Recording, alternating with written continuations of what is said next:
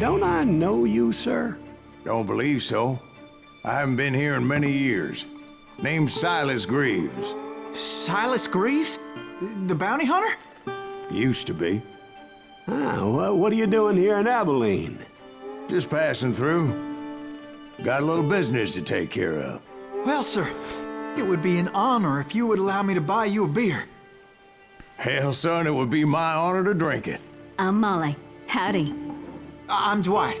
That's Jack and Steve. Ben's behind the bar. Oh, I bet you got some great stories. A couple. Any of them true? Jack, be nice. A few. What about your shootout with Henry Plummer's gang in Bannock, Montana? Is that where you started as a bounty hunter? That's what it says in this here dime novel. Don't believe everything you read in them dime novels, boy. First man I hunted was back when I was riding with Billy the Kid. You knew Billy the Kid? Damn right. That scrawny son of a bitch had no fear. Wouldn't back down for nobody. I heard he collected the 10 stars off any crooked lawman who crossed him. It was a war, boy.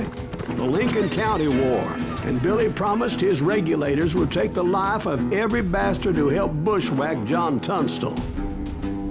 Kid had a big chip on his shoulder and a hair-trigger temper. Made him dangerous as hell.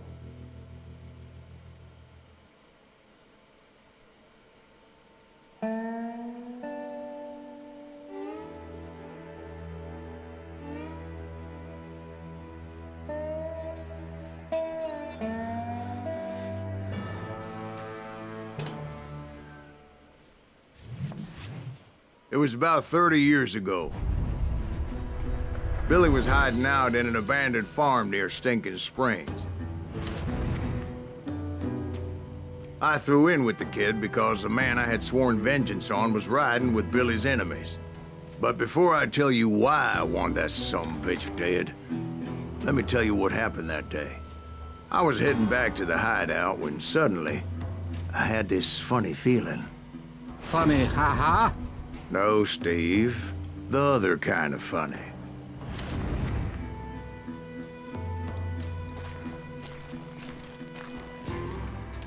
Так, чувствительность слишком. Так, не то. Навыки. Справка, во. Управление.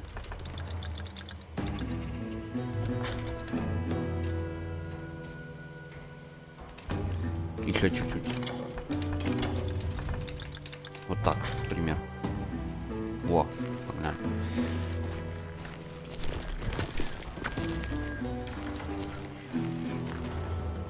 Блин, графа-то какая. Игра 2013 года. Это мощно. Что у нас здесь?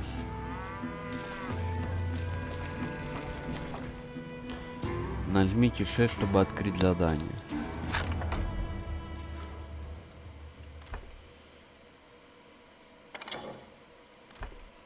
Отчаянный герой с двумя.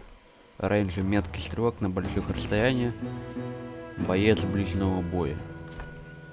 С двумя стволами.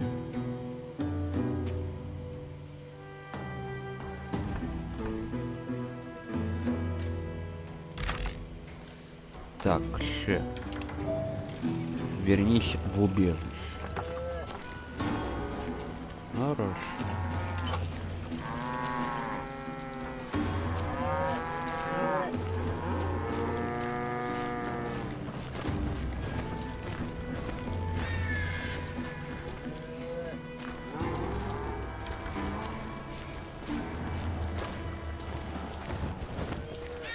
Чё по FPS, кстати? Нормально, 300 FPS. You heard Pat. You need to stay here and keep an eye on the road. That's not fair.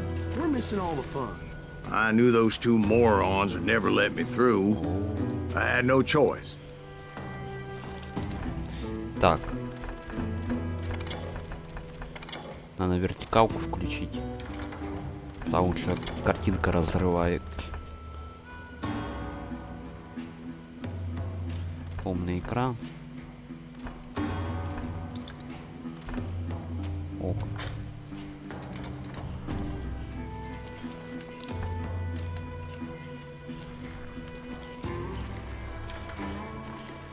Who's that? Is he with us?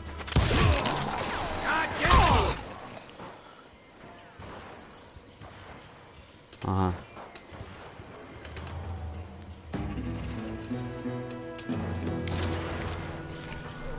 Was it Pat Garrett's posse?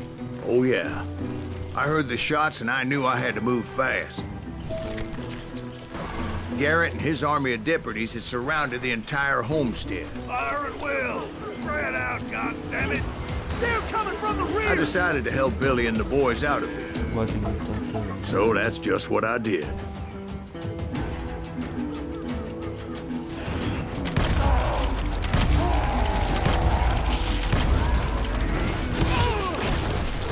Hey, we have one behind us!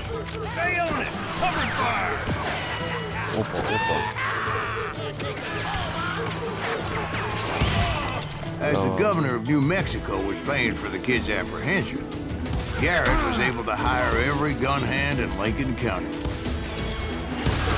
Okay, now you're really pissing me off. I'm putting you down. Ага.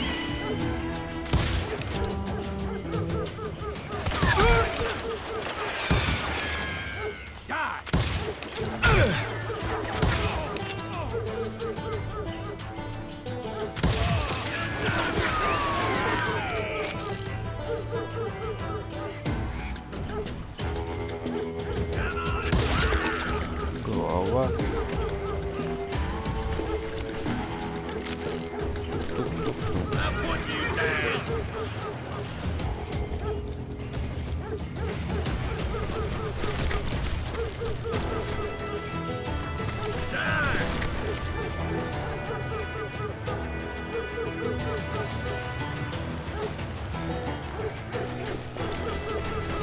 I knew that going through that front door meant putting my butt in a shooting gallery, so I decided to get sneaky.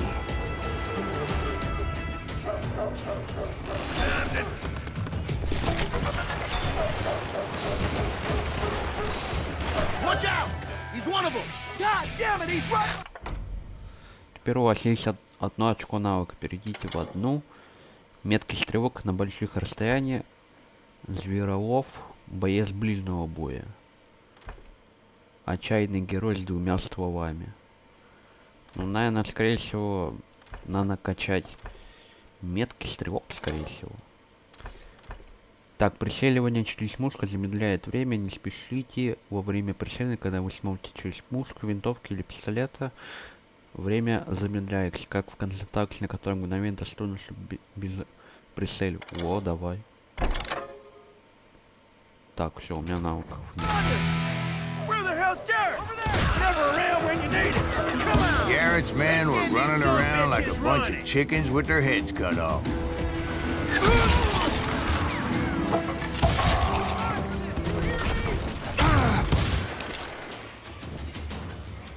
I'll do you myself!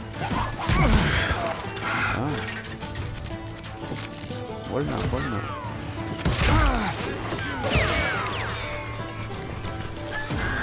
Still, one of them reached the water tower. Вы можете вернуться Not a bad idea.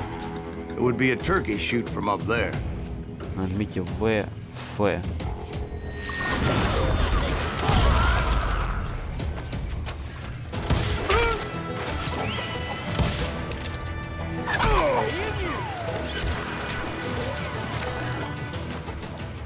I'm putting you down!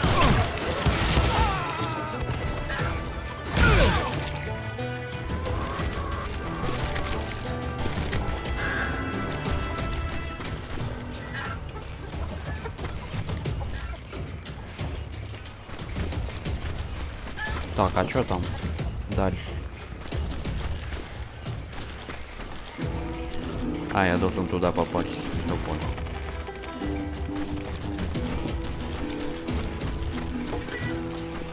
Luckily, these shooters Garrett hired weren't the sharpest tools in the shed. The right position is very important. Personally, I prefer to be on top. Oh, you do you? Indeed, darling. But where was I? Oh, yeah.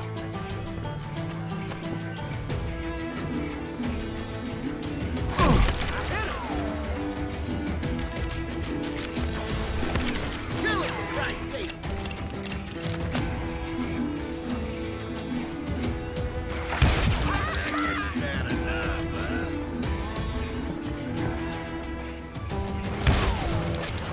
Someone shoot that bastard!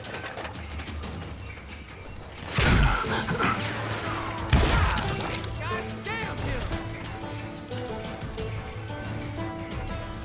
He can't take us all on!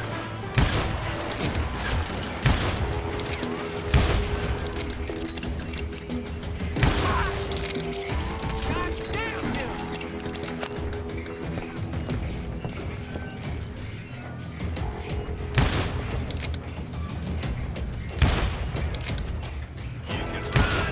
Не достает пуля.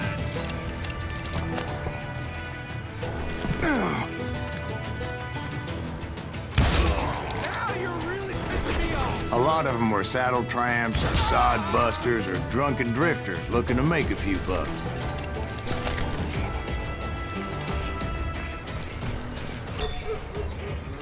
Then, I heard a friendly voice yelling at me from the window. Back door! We'll cover you! Stop aiming, you idiots! Truth be told, things weren't much better behind the house.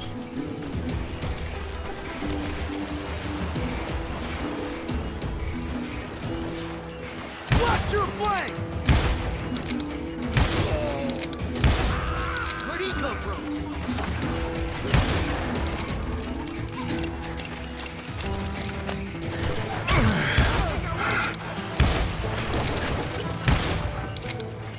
Kill him!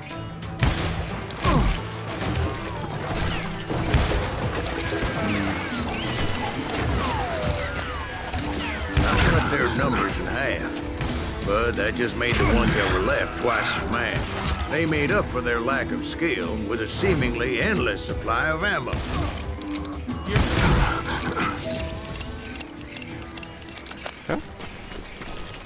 It was a bit of a slog, but I finally fought my way around the back of the house.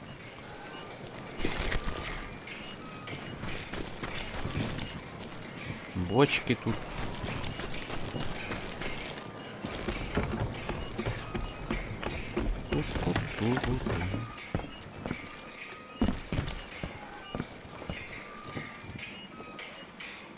Я тут бочка была. Понял.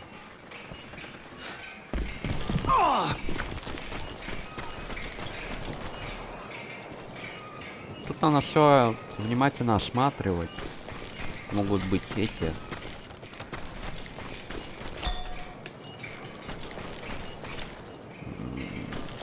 Прокачки навыка, скажем так.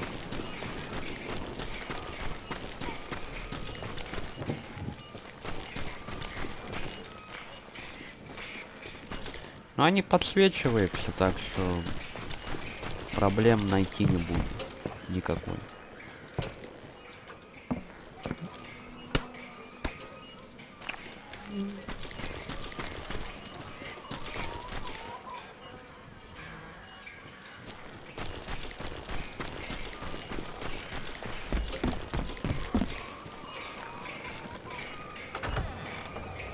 And like that, You'll I all was be inside, dead, you bastards! none the worse for wear.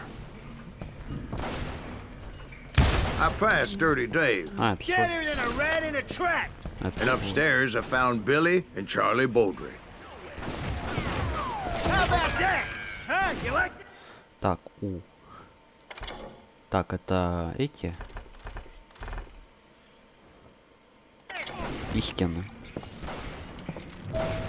Найдите в...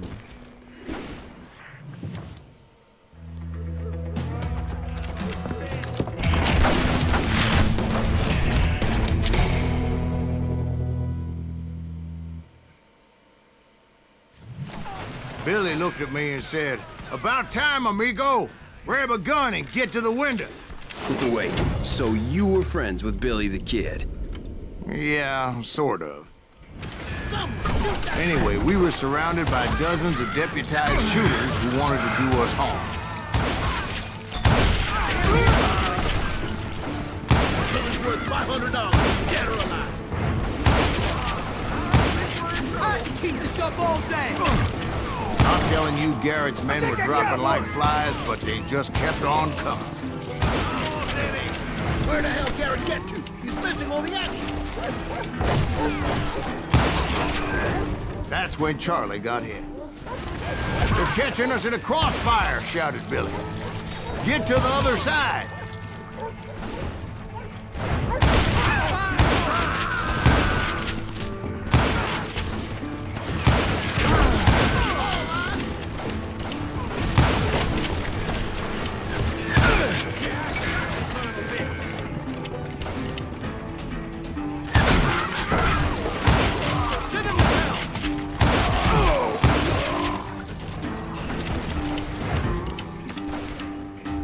I don't know how many of those cocksuckers I personally put down, but it was pretty clear, even to Billy, that maybe discretion was the better part of valor.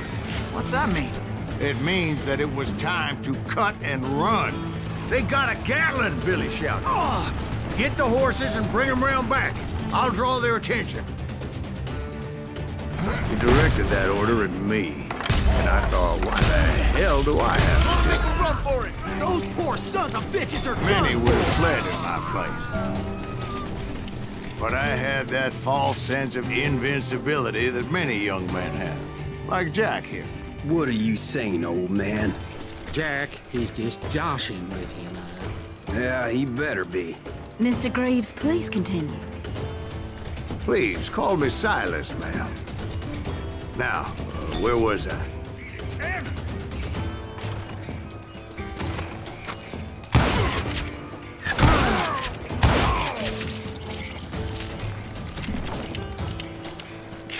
You were heading for the barn.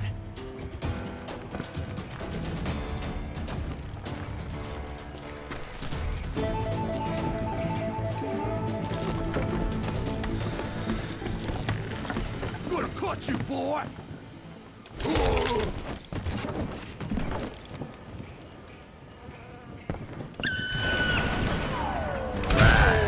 Making my way past the passel of fallen foes.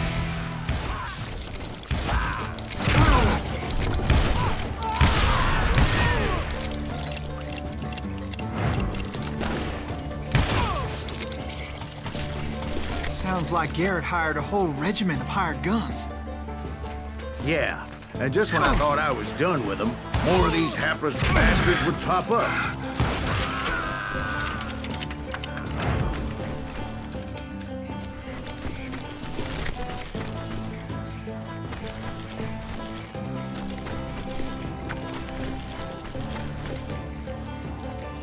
Finally, I had the stables within my reach.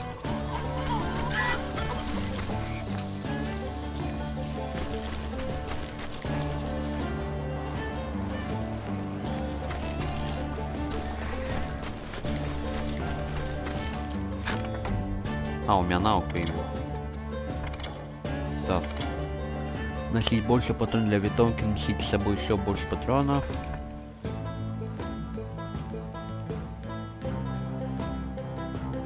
Спрятан самородком и стены. Если вы откажетесь неподалеку от них, это принесет вам больше опыта.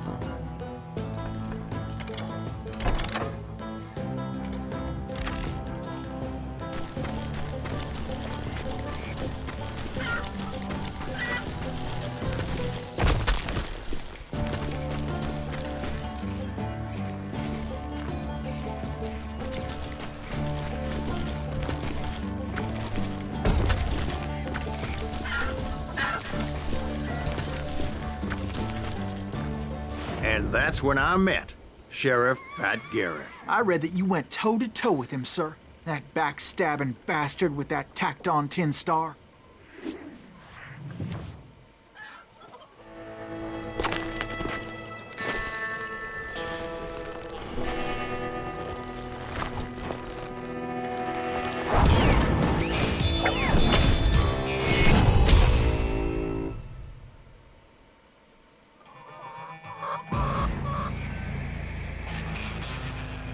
You challenged him to a showdown. You read that in a dime novel? It said he showed no fear as he took your measure with eyes like a rattlesnake.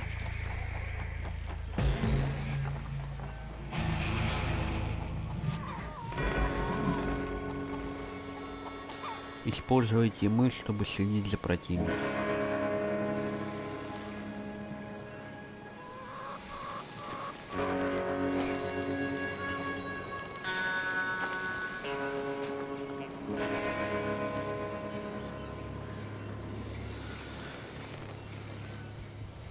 Как вам противник?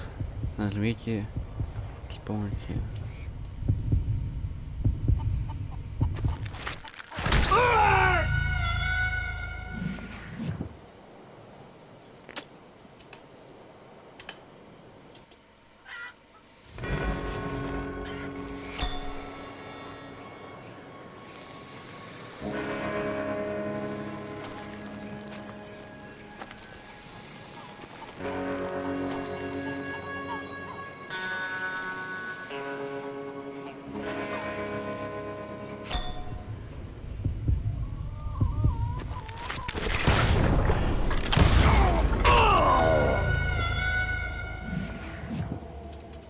Не.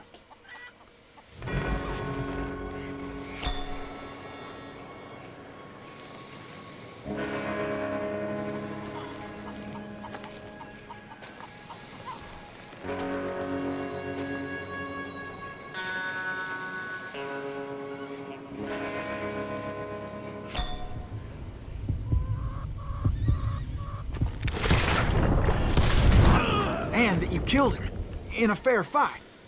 Is that what that Penny Dreadful said? No, boy. That ain't what I meant when I said I met Pat Garrett. So let me start again. I finally reached those damn stables.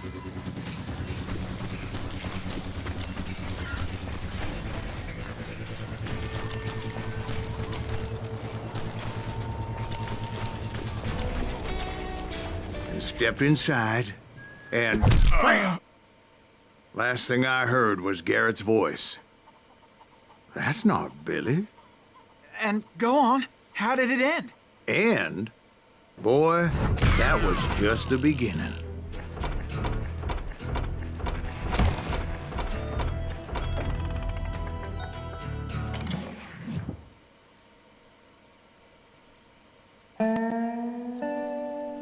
So what happened? Did Garrett arrest you? Yeah, after I came to, the bastard had clocked me with his Colt.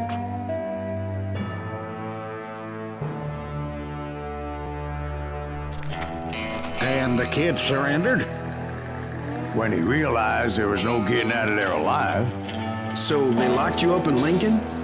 Indeed they did. Sentenced me to hang right along with the kid.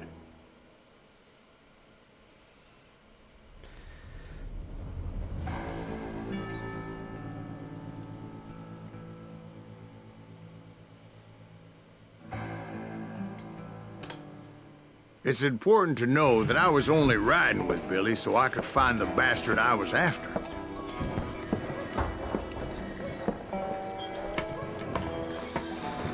He was with John Kinney's gang, and they were sworn enemies of Billy's regulators. Why were you after him? I owed that son of a bitch a bullet for what he had done to me and mine. Instead, all I got for myself was a goddamn death sentence. Luckily, it was right around then that I heard Billy make his move. He shot Jim Bell and a few other guards as he made his getaway. Later, they wrote that some lady friend planted a pistol for him in the privy. What the papers didn't say is that Billy helped me escape, too.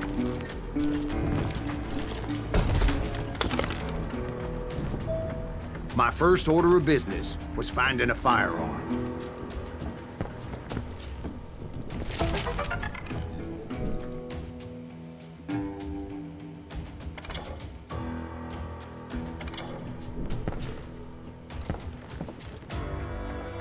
Luckily, I located Deputy Bob Ollinger's mean-ass shotgun.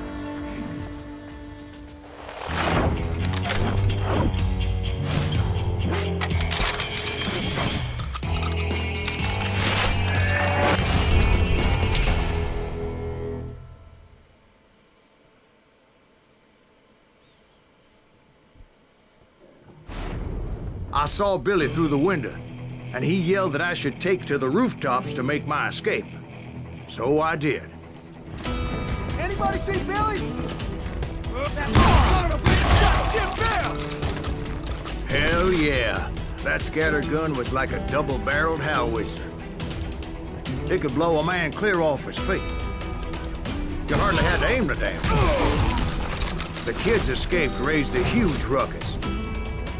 Guards were everywhere looking for him. Can't let the kid get away!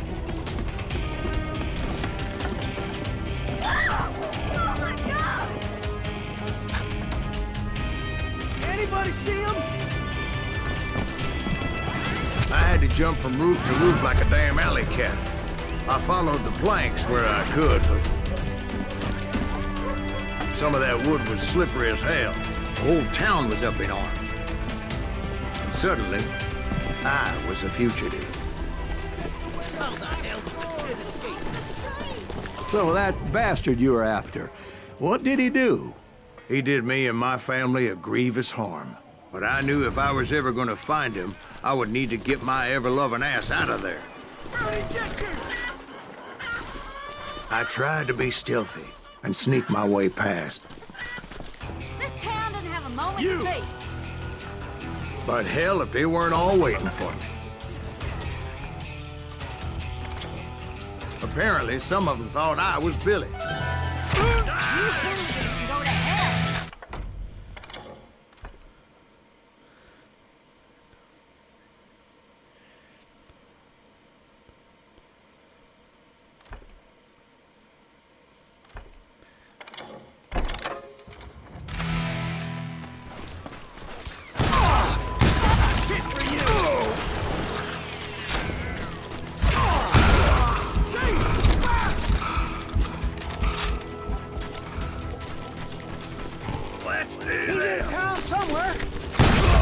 See, me and the kid shared a certain similarity in build and color.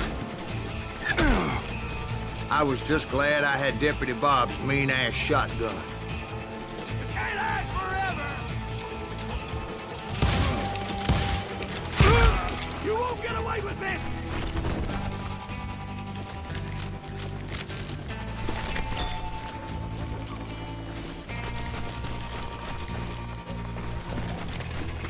I'm ending you! Get out here!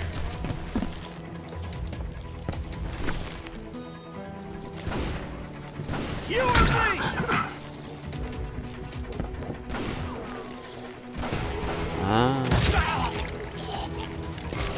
They're shooting in the street. Hey! Get your heads go! There's children here.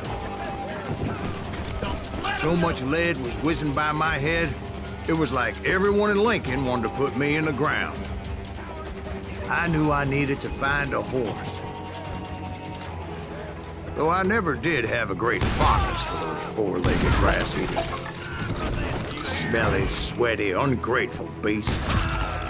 You're rising too high, if you ask me.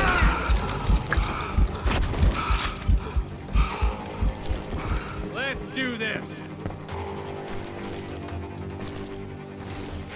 You won't get away with this! You can't hide forever!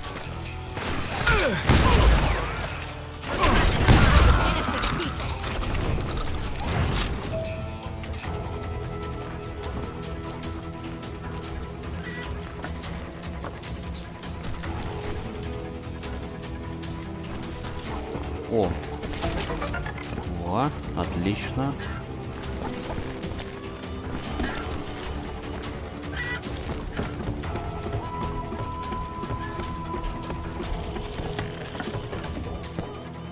Half-down's going to hell in a handbasket!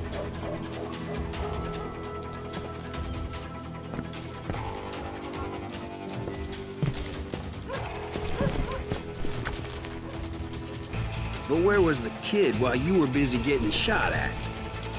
Gone. And that's when it occurred to me why Billy set me free.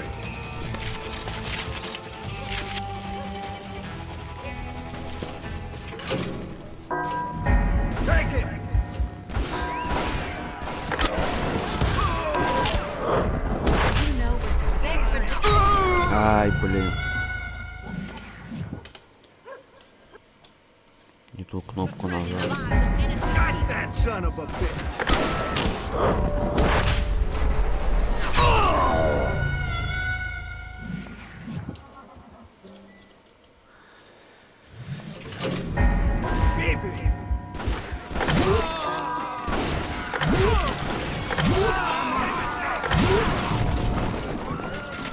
So I could be a hapless decoy and draw attention while he snuck out of town.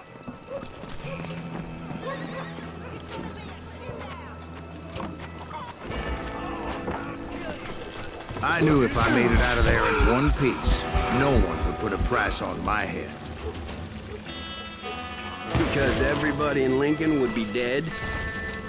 No, because they all thought I was Billy, and all that blame would fall on him. Meanwhile, Deputy Bob Ollinger was organizing a posse to put me down. He was already a mean son of a bitch, but he was doubly pissed that I stole his mean-ass shotgun.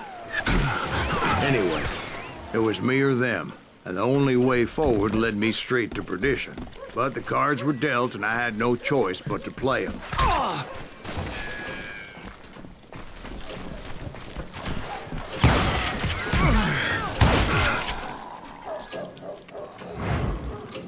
Don't let him get away!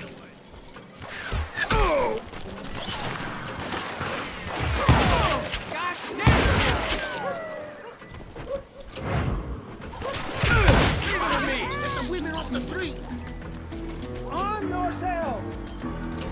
How the hell did he get away? Stop him!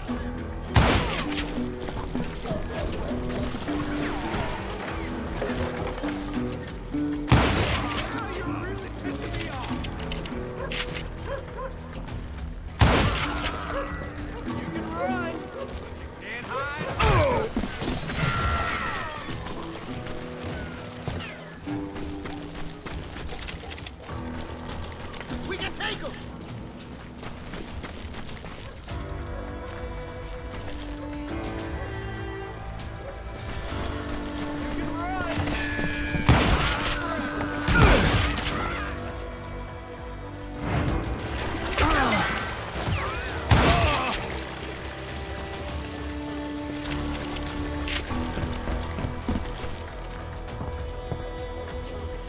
I don't get paid enough for this!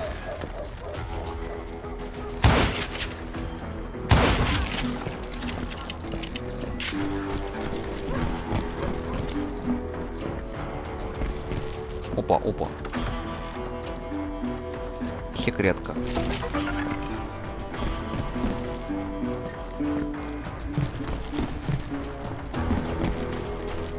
Surrender yourself!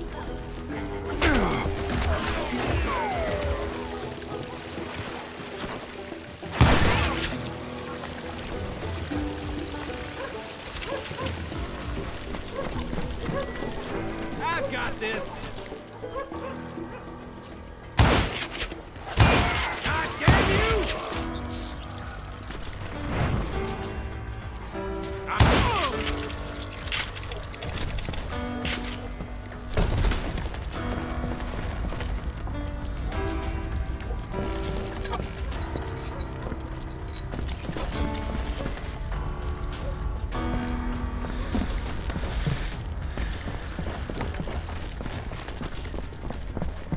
Finally, I found what I was looking for.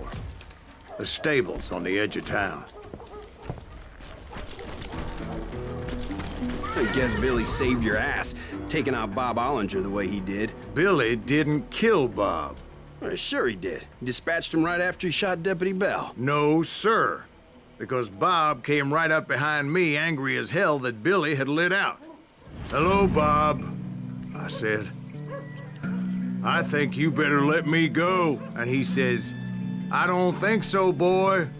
Not with my shotgun. So we stood there in the middle of the street, eyeball to eyeball. He intended to kill me, and I knew I had no choice but to defend myself.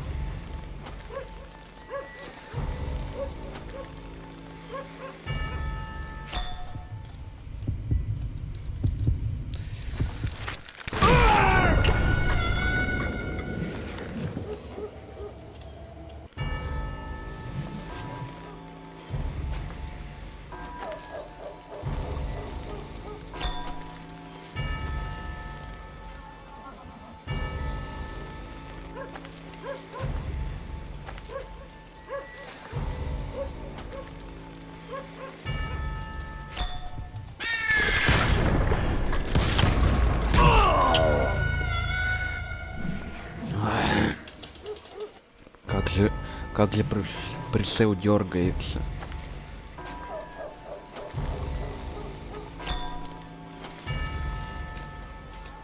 Очень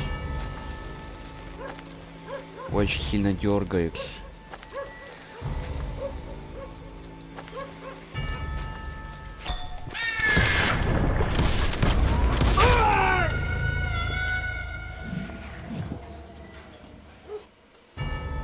He intended to kill me, and I knew I had no choice but to defend myself.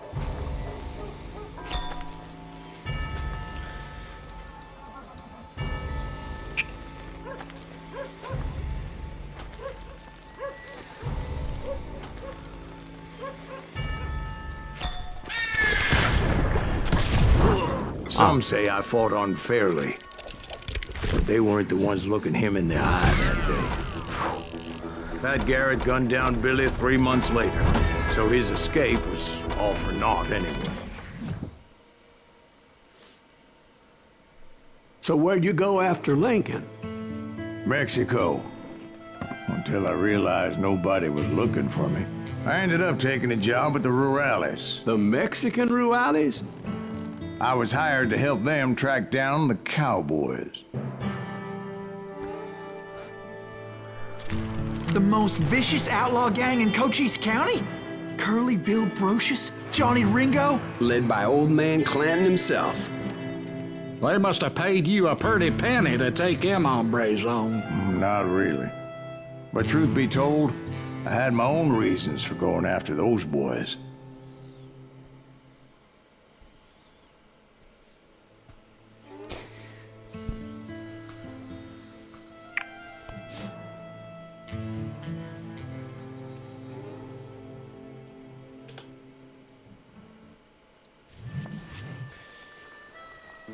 So was the bastard you were after now riding with the cowboys? Roscoe Bob Bryant was his name. Oh. But no, this time it was a different bastard I was after. The aforementioned Mr. Ringo. I came upon them robbing a stagecoach, which wasn't surprising, being they were such murderous thieves and bastards. The bandits wore red scarves, so I knew they worked for the old man. Over there! There! I did my best to help those poor passengers. Get him!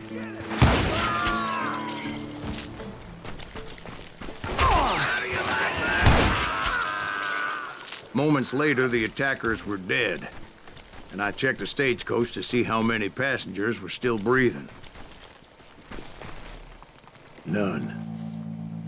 It was then I wondered if the rocks weren't hiding more bandits. Was that all of them? Or did I just hit the rear guard? I quickly got my answer. They attacked from on high like Apaches often did.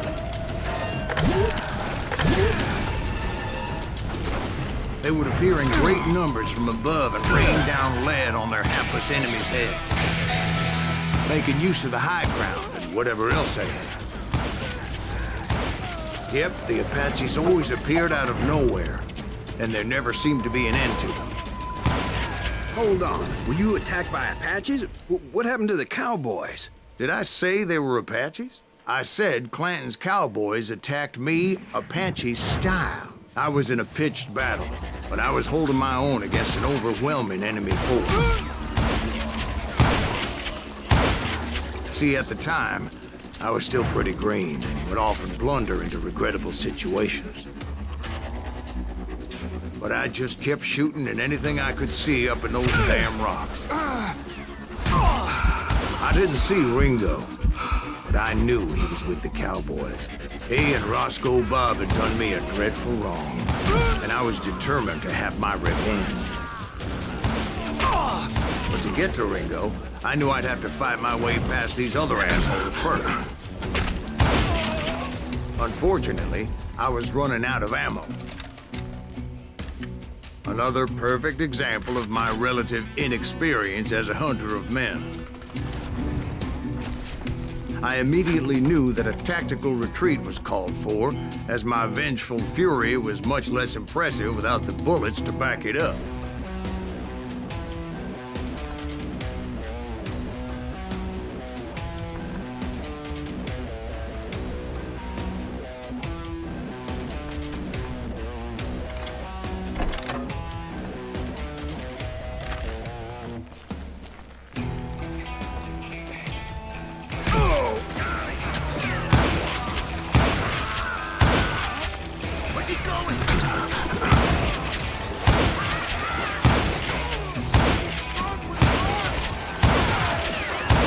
They managed to corner me. Trapped as I was, the odds of my survival seemed pretty slim.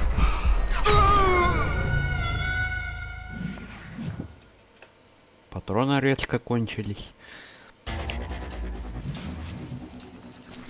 2 патрона.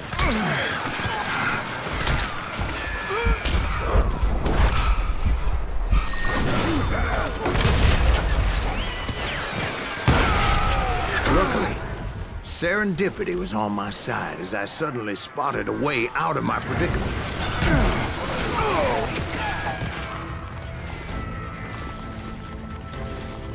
Hard to hit a moving target.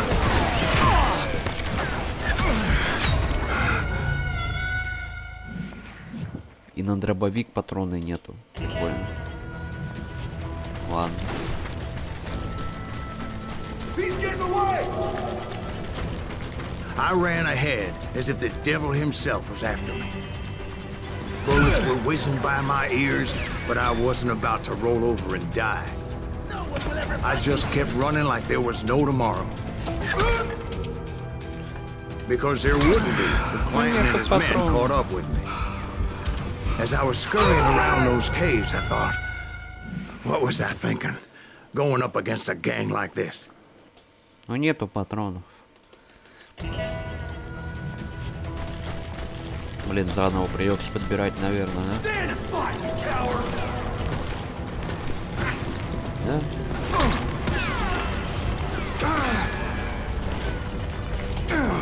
Нет.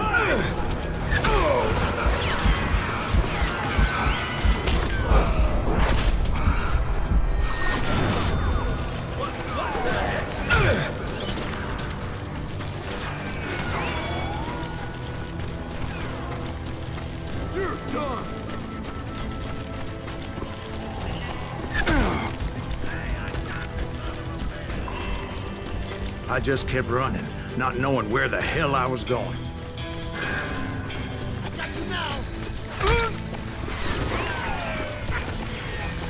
And that's when something miraculous happened. Like manna from heaven, I found the desiccated remains of what looked like an Apache warrior. The old weapon next to him supplied me with some much-needed ammunition.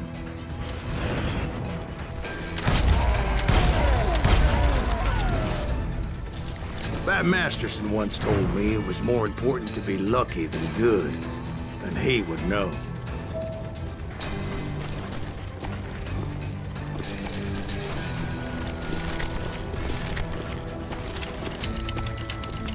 And imagine my surprise when I found a fistful of dynamite to go along with that ammo.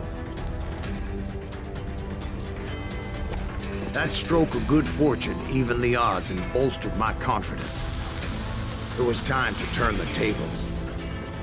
Time for the prey to become the predator. Time for the hunted to become the hunted. Time. All right, Jesus, we get it.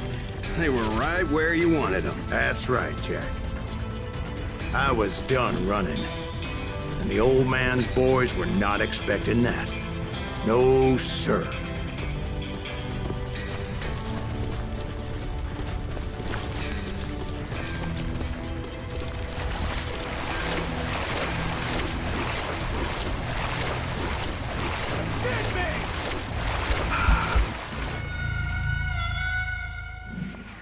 Нормально, забавно. По воде бегаю.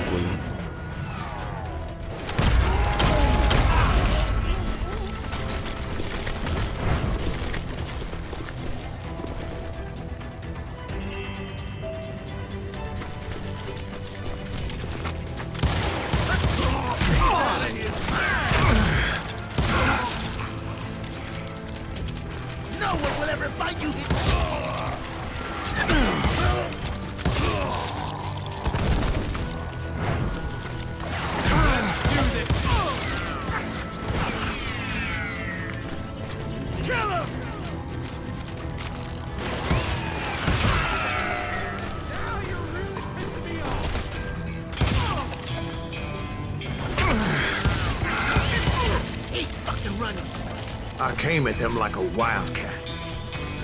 My fury knew no bounds.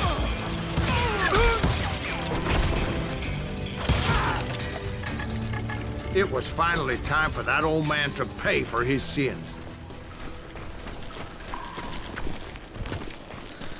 А я понял.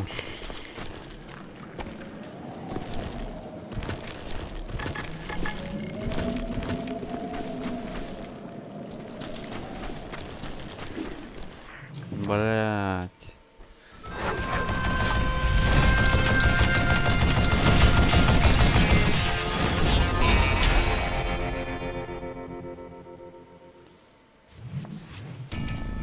I yelled out at the top of my lungs, "Clanton, I'm coming for you!" A little stealth might have made more sense, to be perfectly honest. Because that old fool had a Gatling gun and enough bullets to last him till kingdom come. But I knew I could not let that deter me. Not if I was to find and kill Ringo. I needed to get that old man off that gun.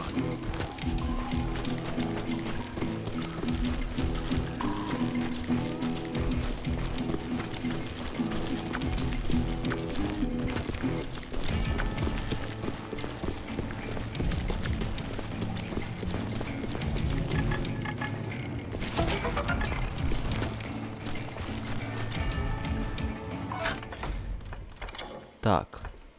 Дополните приближение детей, будьте точнее, цельтесь спокойно и фокуситесь на одну цель, за раз вы получаете дополнительное приближение.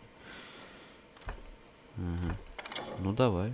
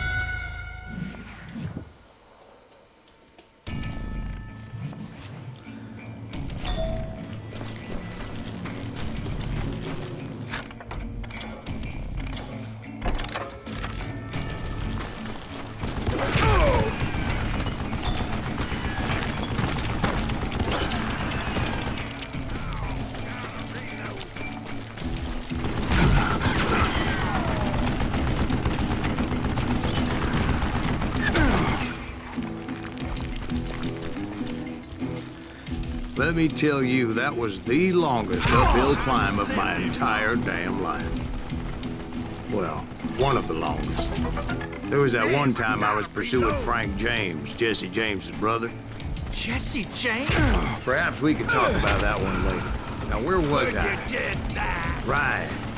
I had old man Clanton in my sights. Most everyone thought it was the Ruales who had come up against him in Guadalupe Canyon, but it was just me. Apparently, one of the cowboys made it out of there alive and told Ike and Billy Clanton that it wasn't a Mexican who took their father's life that day. They just assumed it was one of the Earps, and that little misunderstanding eventually led to that legendary gunfight at the Old K Corral.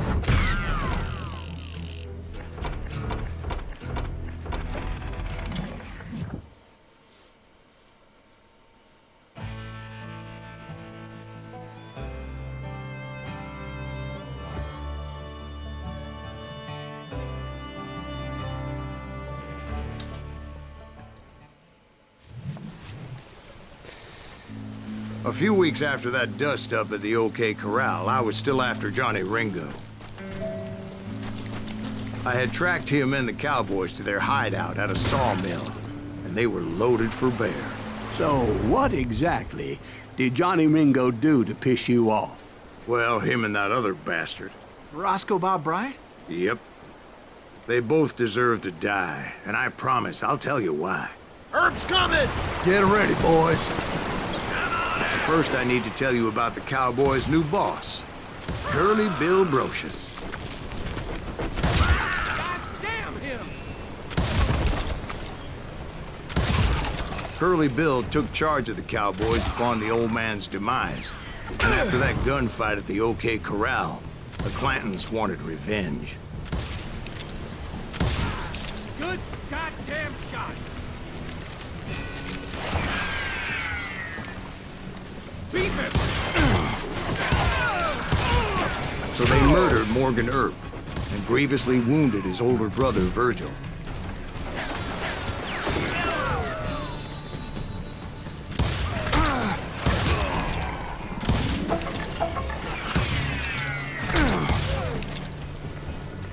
Is that one of Wyatt's boys?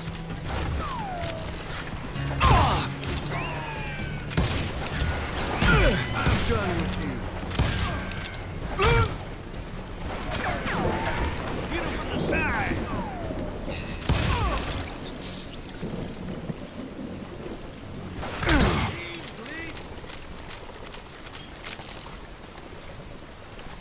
That ain't Earp, is it?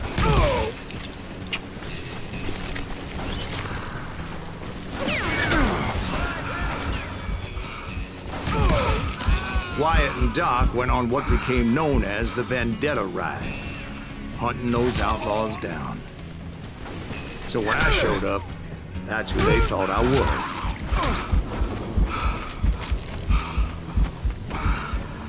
Bad enough?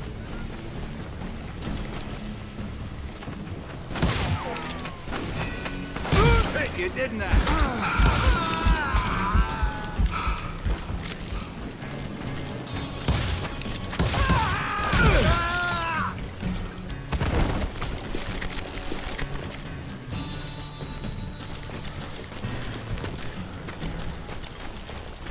Ага.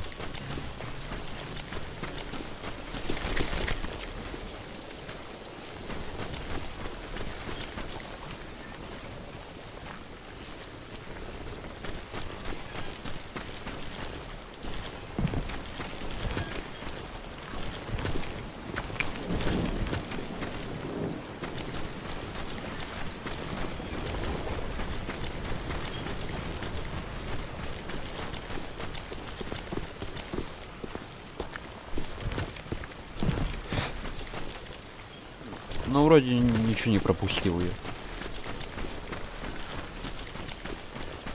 Так, погнали туда.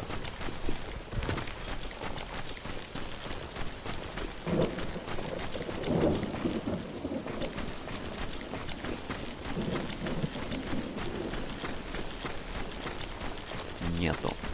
Ну ладно.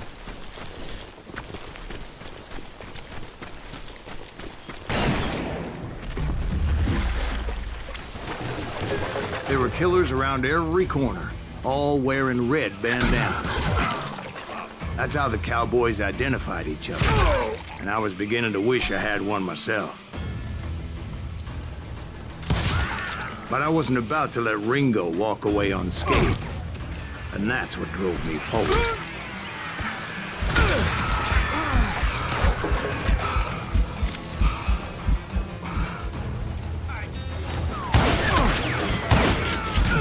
Say that Ringo was infernally fast. I hardly saw anyone faster, boy. Certainly not Wyatt Earp. That man was all hat and no cat. Дробовик. Earp wasn't much of a match for him, but Doc Holliday might have taken him. That lunger should have kept his nose out of it. They never charged anyone for the murder of Morgan Earp.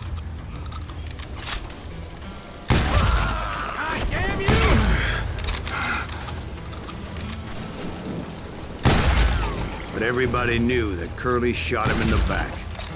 That was common knowledge. Yeah, maybe so. But Ringo had nothing to do with it. He was just being loyal to a friend. Is that what you call it?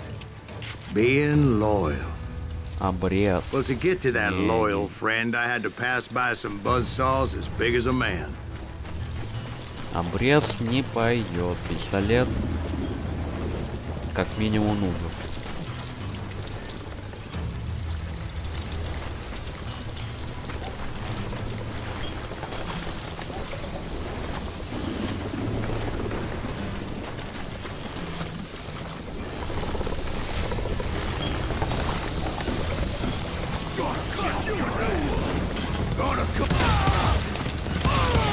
Excuse me, sir. I have a question. What's that, Dwight? After old man Clanton died, why didn't his son take over the Cowboys? Because Ike Clanton was dumber than a box of rocks and a yellow belly to boot. О.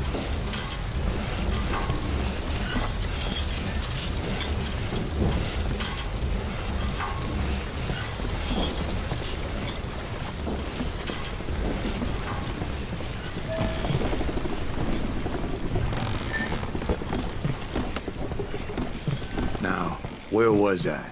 Taking down the entire cowboy gang single-handed. Indeed I was, Jack.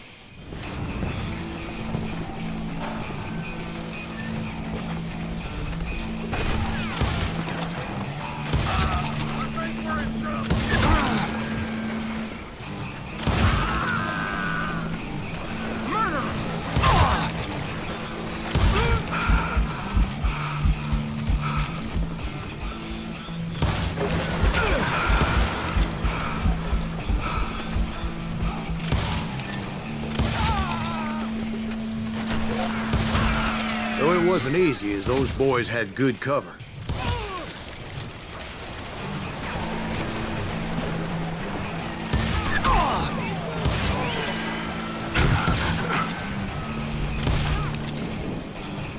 Show them how to die!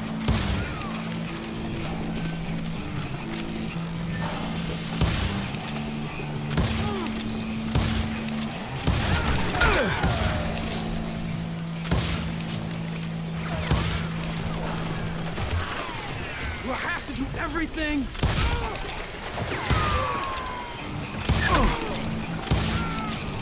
Sorry, son of a bitch!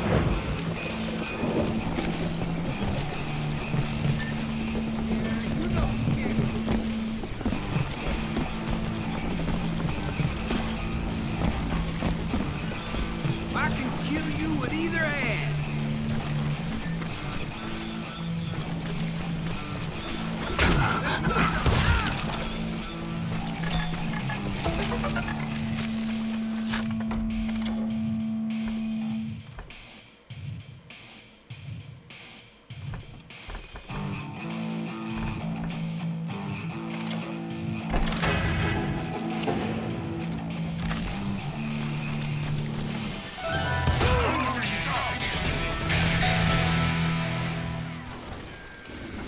There he is. Face me, coward. Kill him.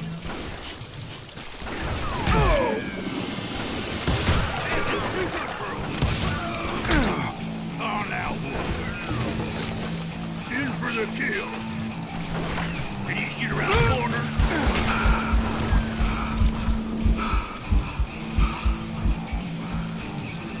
Oh, so you're hiding too now.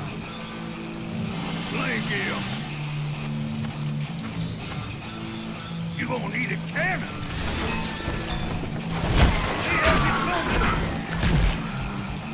Come on, smoke that sumbitch. Oh.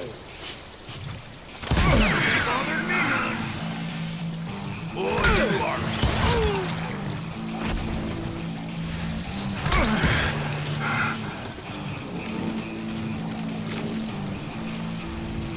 I'm sick of dealing with you.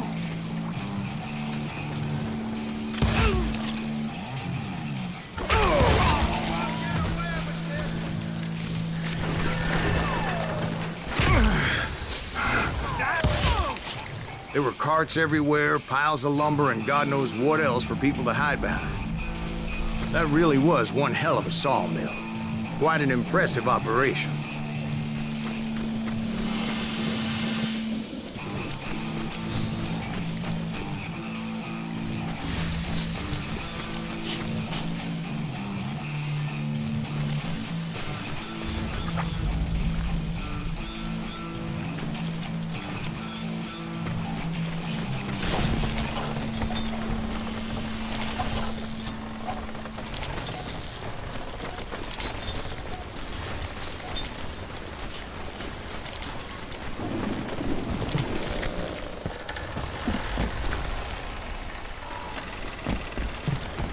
And where was Curly Bill? Did you see him? I'm about to get to that, Ben. Patience.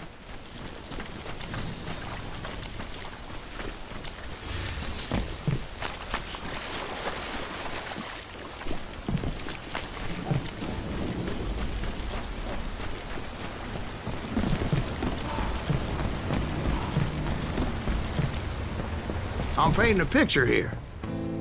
There was this beautiful waterfall and a crystal clear stream that led to a verdant valley that was truly... Consider your picture painted. What happened next? Well, finally the bastards that were still alive made a last stand.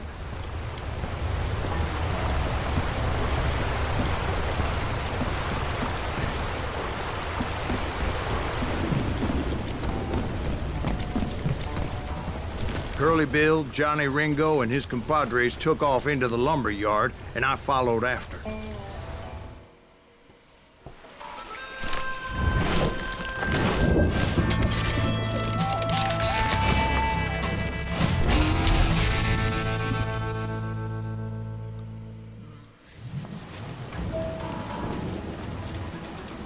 Are you saying they ran? Cowardice was not in Ringo nor Curly Bill's nature. No, sir. I never said they were running scared. They just wanted me out in the open.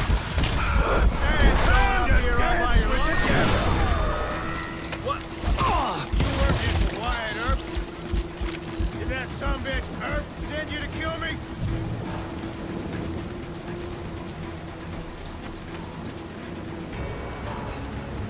You're going to the gates of hell! I want to see you dead!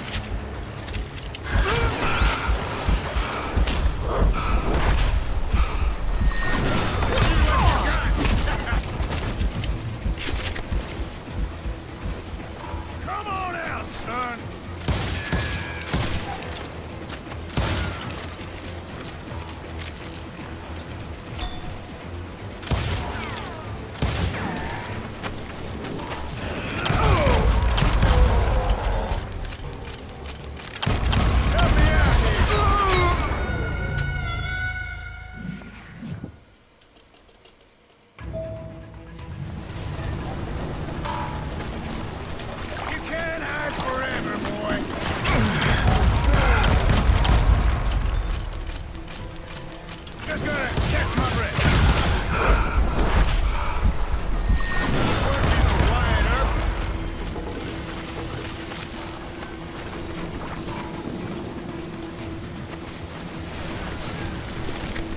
You're done.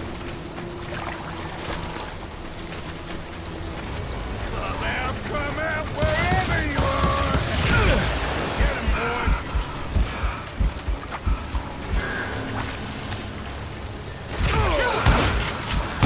You asshole! You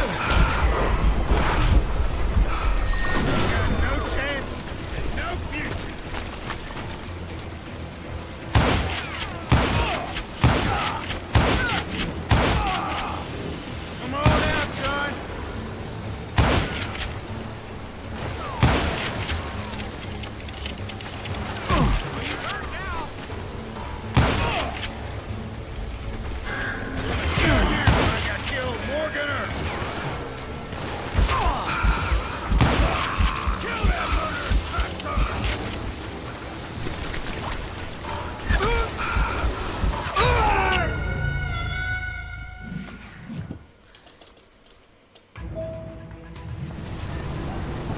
Are you saying they ran? Cowardice was not in Ringo nor Curly Bill's nature. No, sir. I never said they were running scared. They just wanted me on the open. Dance with the devil! You working for Wyatt Earp? Did that sumbitch Earp send you to kill me?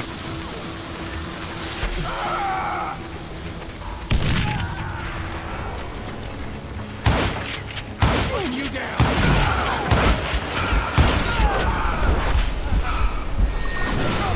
Kill that annoying sumbitch!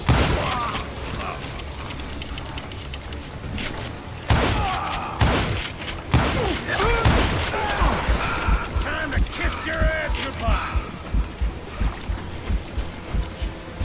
You're going to the gates of hell!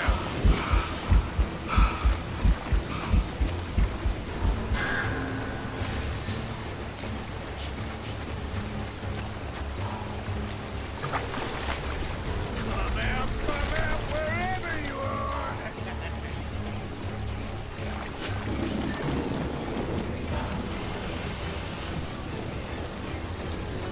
Get out here!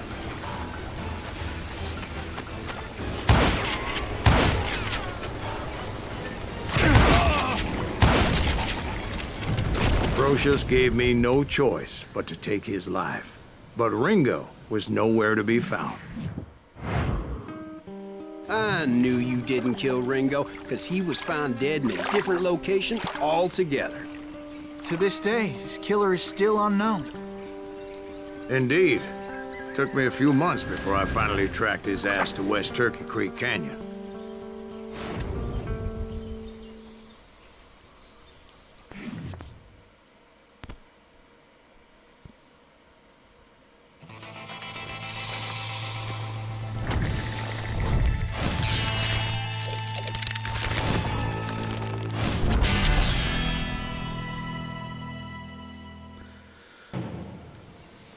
Джонни Ринго. That's incredible, sir. I always thought that Doc Holliday was the one that killed him.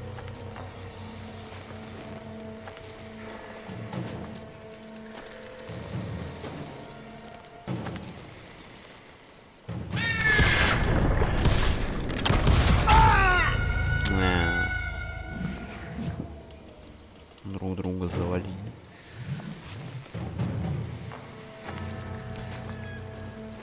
That's incredible, sir. I always thought that Doc Holliday was the one that killed him.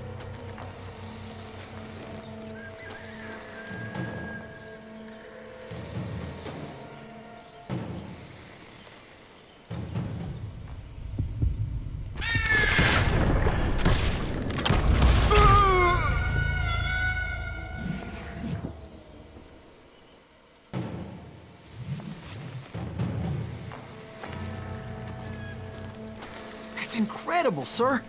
I always thought that Doc Holliday was the one that killed him.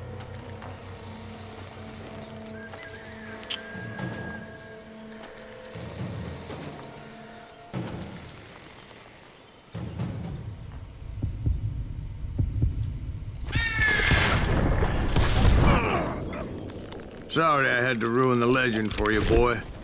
But the legend ain't always true.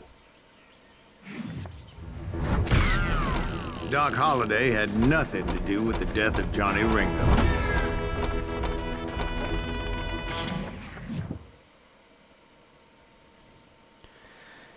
I was paid a healthy bounty for Ringo and Curly Bill, and realized there was real money to be made.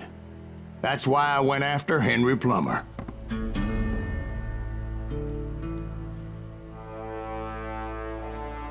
Now, wasn't he the sheriff who augmented his income by shaking down miners and robbing gold shipments? That's the one. Oh, yeah, I remember him. He ran that gang of thieving outlaws called the Innocents. So it's true that you went toe-to-toe with him? Indeed I did, son. Indeed I did.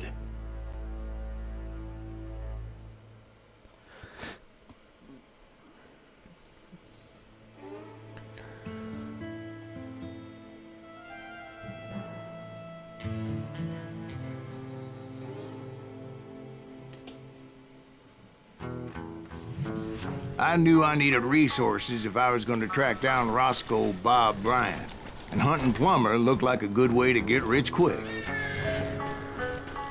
As the local vigilantes exposed him as the leader of the bandits, and put a generous price on his head. Plummer rallied his gang to plunder one last gold mine before making their escape, and that's where I thought I'd find him.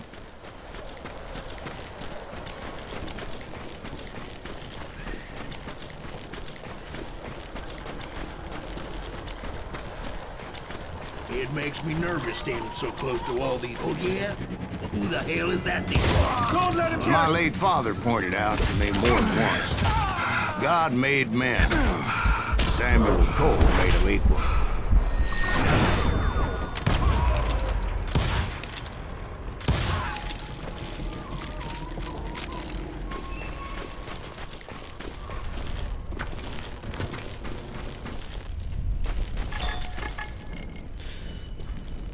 Чё?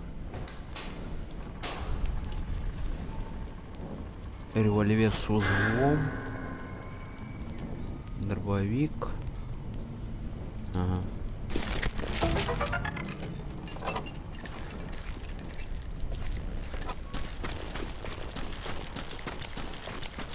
Это идет, ага, всё понял.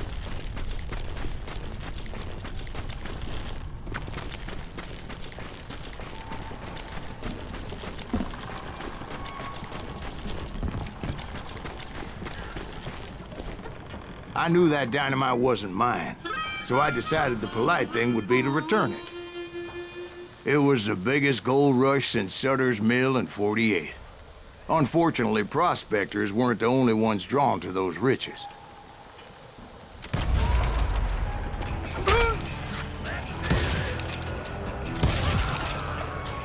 There were thieves and killers, robbing travelers, hijacking gold shipments. Like those that ran with Plummer. Some were just regular folks I knew from town, drawn by greed and easy pickings. Charlie Crow, the blacksmith. You're dead. James, who worked in the stable. Sam and Jeremiah Barber, the butcher's sons. Ordinary citizens who lived a double life. Stealing and thieving and murdering their neighbors.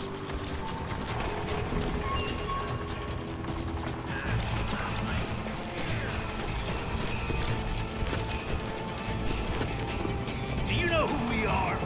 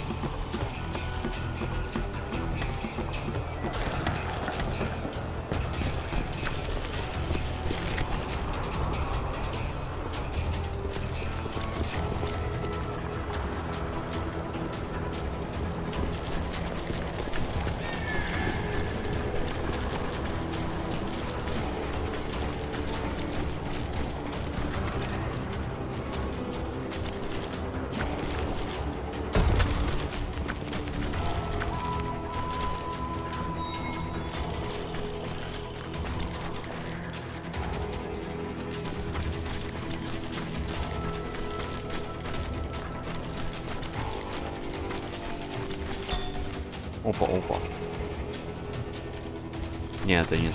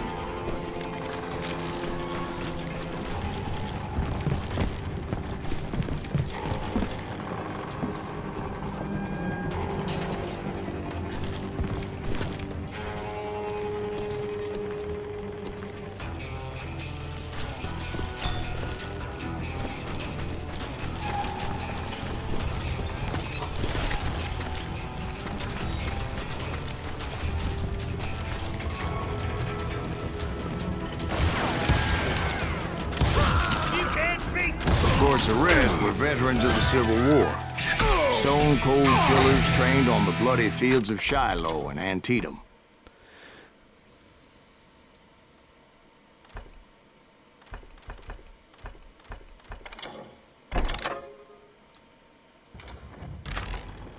Plummer had a lot of men on his payroll. A hell of a lot. That son of a bitch pretended to protect the public with one hand while stealing them blind with the other. He set up a defensive perimeter which I had no idea how to breach.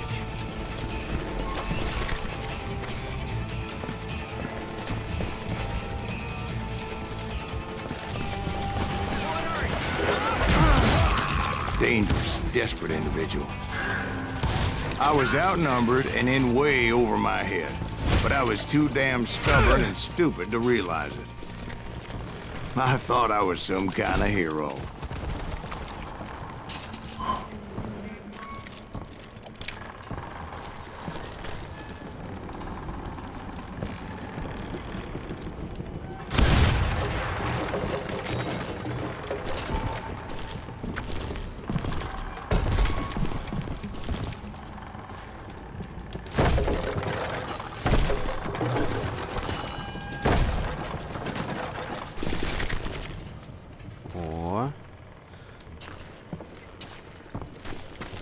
Блин, жаль, это не то.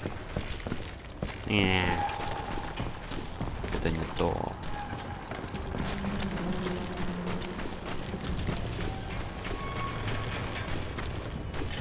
I finally made it past and headed on to meet my destiny.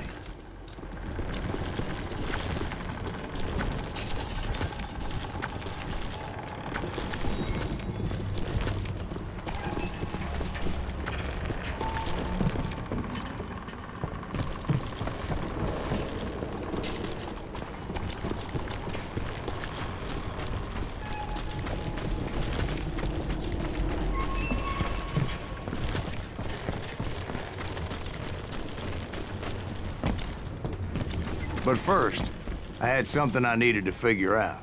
I had a few ideas on how to get into that mine, but once I made my decision, I knew there was no turning back. So my first thought was to enter the nearest mine portal. I saw an entrance. Made sense. It was the quickest way in, but that also made it more dangerous, as there would undoubtedly be enemy pickets posted along the way.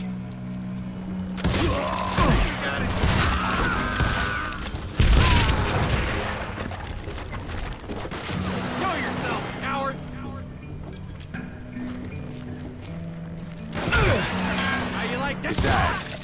Once you enter a mine like that, it's easy to get all turned around. And that confusing maze of corridors wouldn't even be the worst of it. Some of those shafts could be as deep as hell. A single stumble or misstep can easily end in a deadly plunge to oblivion. О, You ain't beating me.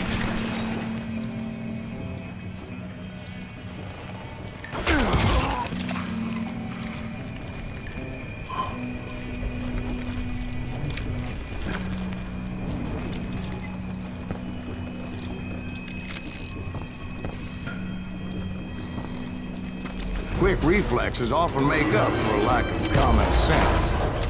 Luckily, I was never one to be easily bushwhacked.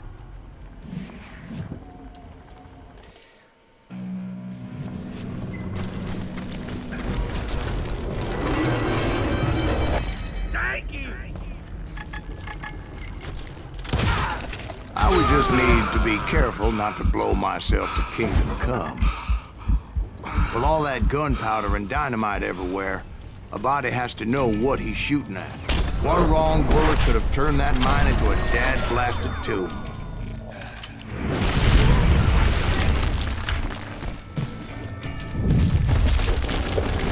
I freely admit that my plan of attack was not just moronic, but clearly insane.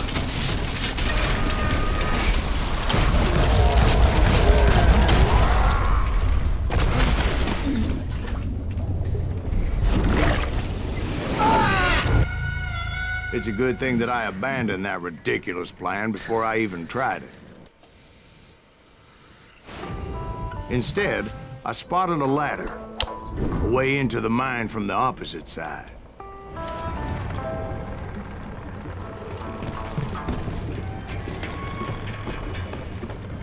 It was a long way around, but that approach seemed more sensible at the time. Of course, being I had a problem with heights, that scaffolding scared the bejesus out of me. Climbing down that ladder required some caution. Because even though I had a younger man's reflexes, I needed to make a leap of faith.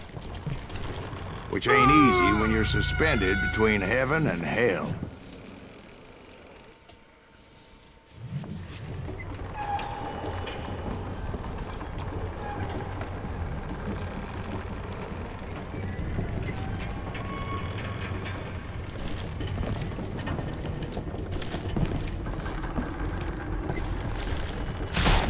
I was determined not to give up, however.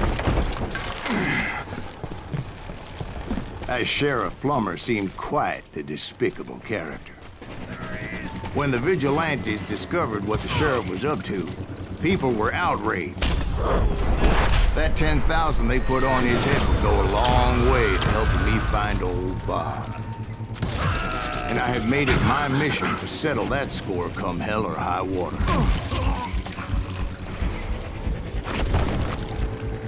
But first, I would have to make a choice. Take the elevator or climb the ladder.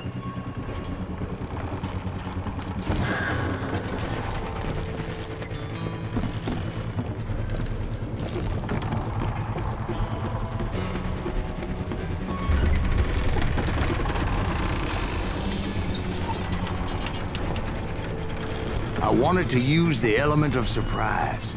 Plus, I figured I could use the exercise. I was warmed up already, so what the hell?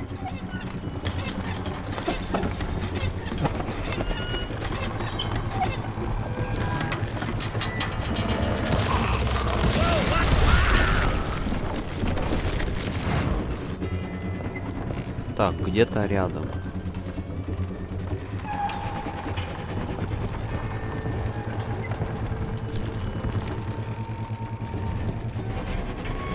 Где рядом?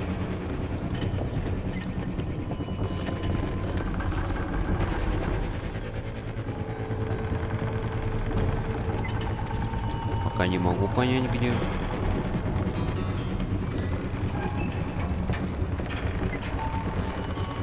Plummer was a mad dog killer, and the people of Nevada City deserved better. Nevada City? Well, I thought Plummer met his maker in Bannock, Montana. Right, well, he was the sheriff of both places at one time or another, but that's neither here nor there. The point was, taking him down would save a lot of lives, including my own.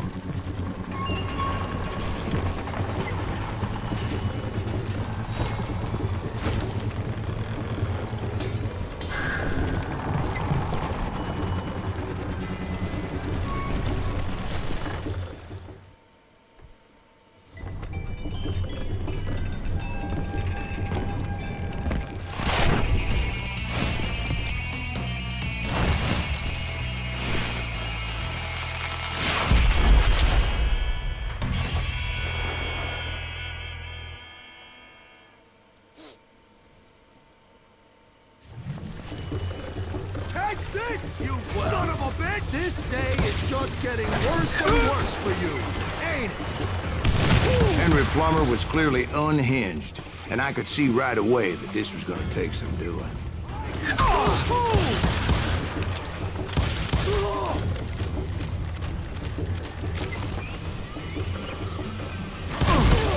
Felt that one, didn't you? You ain't taking me!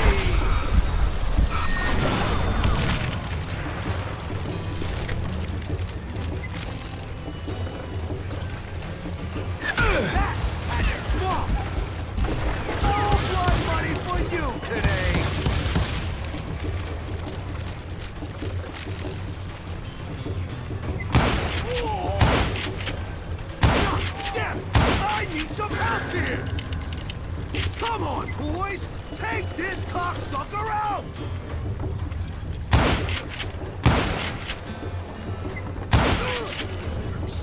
Bitch!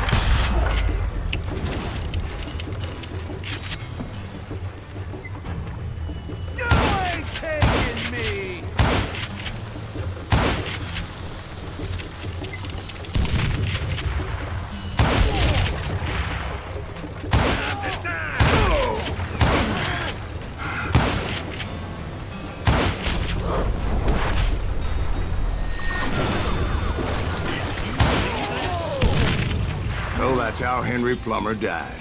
Him and his crew were worth their weight in gold. And now, I was officially a bounty hunter.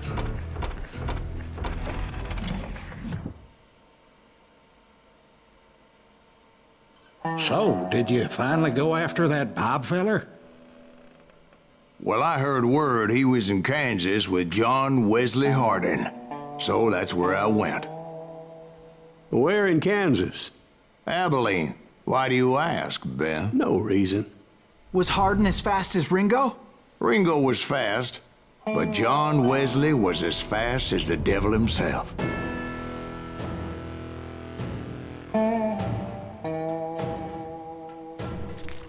Hell, he killed his first man at 15. From that day forward, he had a price on his head and wouldn't back down for nobody, not even Wild Bill Hickok himself.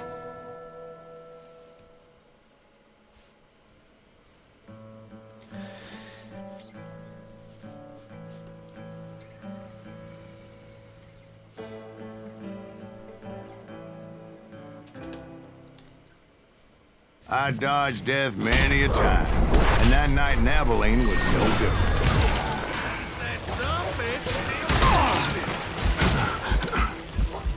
I was there with the intention of finding that bastard Bob and collecting the bounty on John Wesley.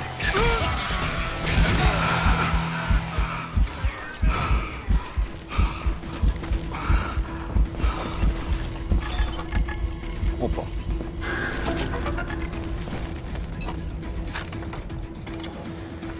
Так, больше конца за попаданиями.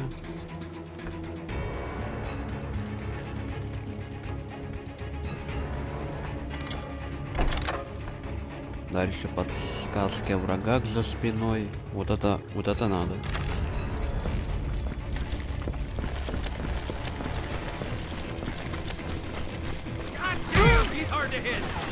I thought the Texas Rangers got hardened. Yeah, that's what they want you to believe. It was cold and a witch's tit and a brass bra that night as I fought my way past his loyal compadres.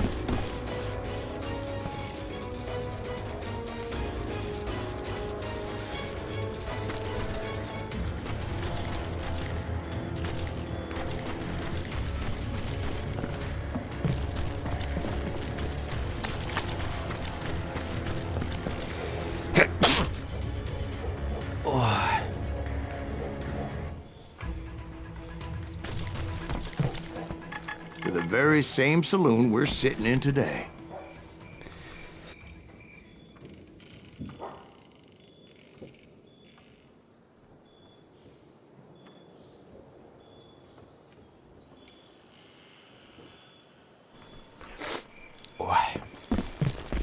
Look around and imagine this place painted in blood. Hardin was waiting for me, and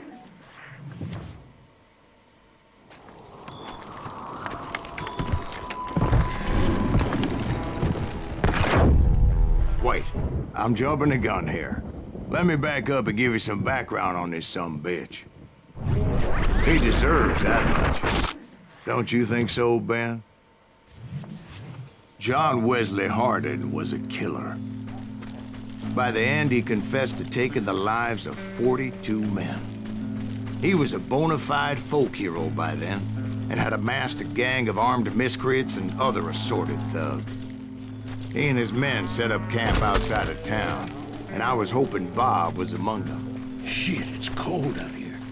Freezing my giblets off. Damn it! Shoot that son of a bitch! They didn't ask why I was there. They knew.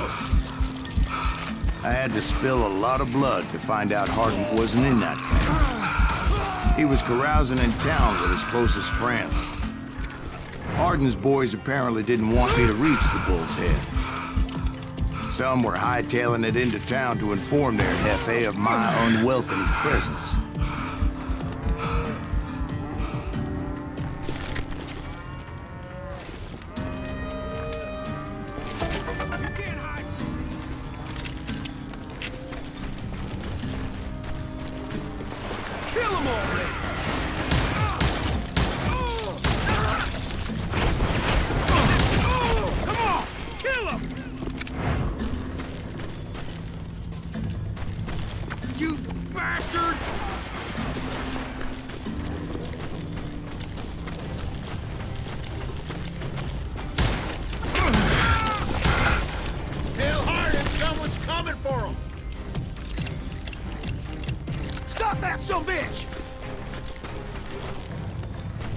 Let the boys know we got another law dog.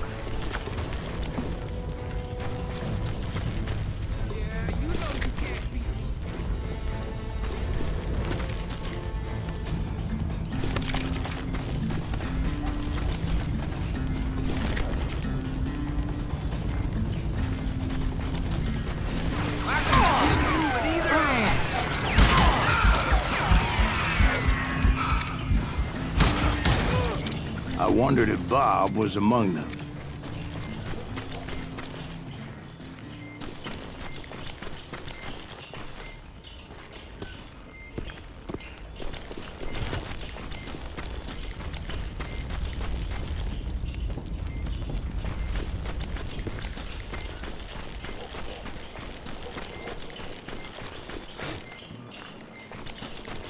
and I steeled myself for the fight ahead. For as good as I was, deep down I wondered if John Wesley wasn't just a little bit better.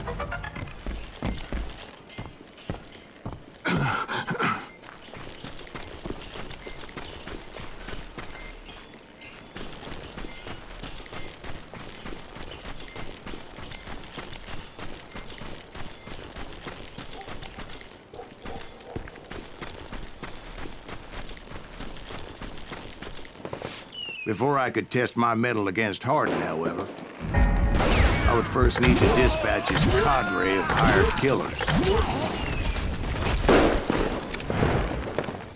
Most of these degenerates were beyond redemption, but John Wesley might have been a different story. I didn't learn until later that that night was in fact his birthday celebration.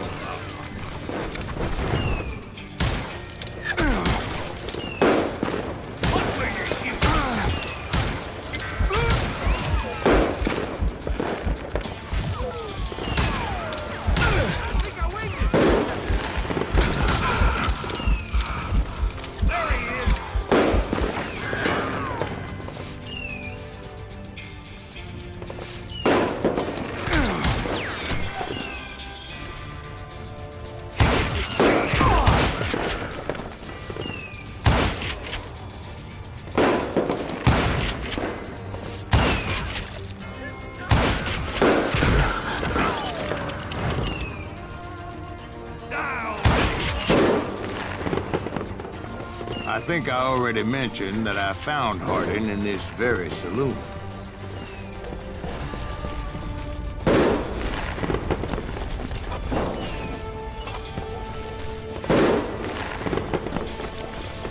Hold still!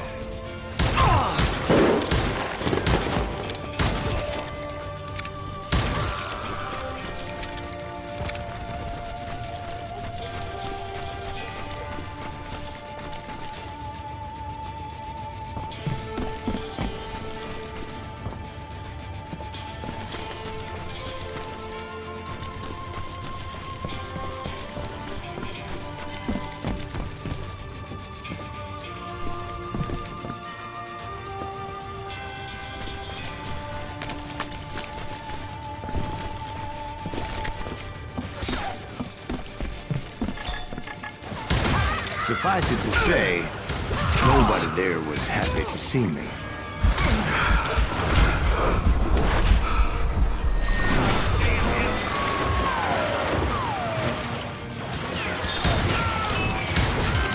In fact, I felt a certain hostility.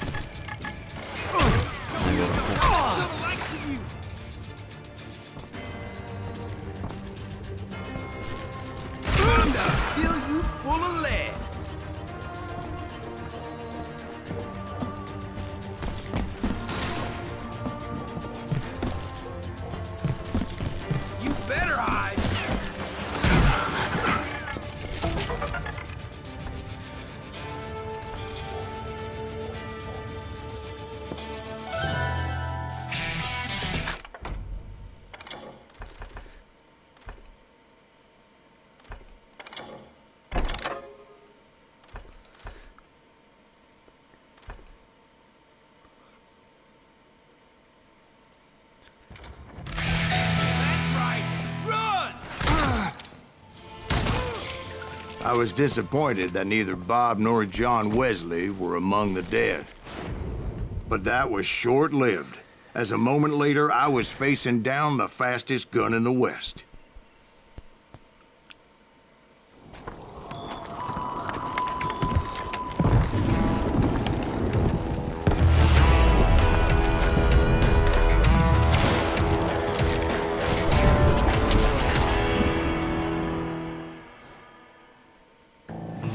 I felt a bolt of adrenaline. Or maybe that was fear. He was well known for his tricks, and I knew I'd need my own if I was ever to defeat him.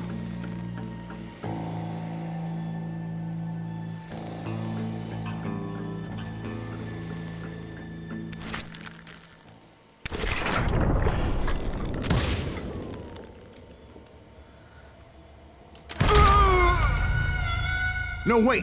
He didn't hit me then. I'm sure of it.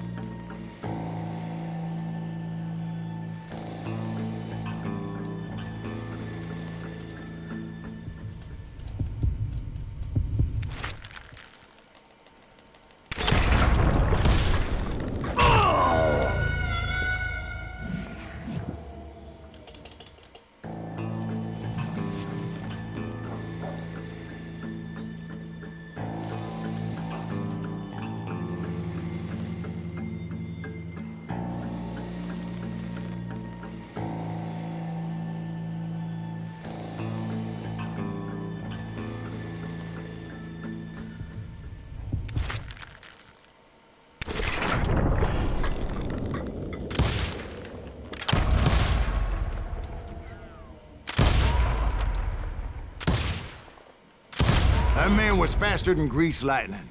But being inebriated as he was, he didn't count his shots. And now, he was at my mercy.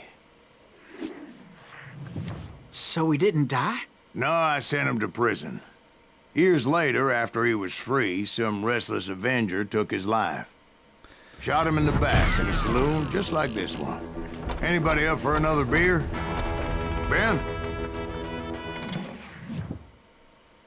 4 штуки пропустил. Thank you, darling.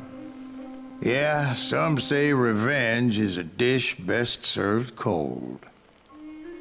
So whatever happened to that Bob guy you were after? Personally, I'd like to hear some of your other adventures. Like, I don't know, did you ever go toe-to-toe with a red man?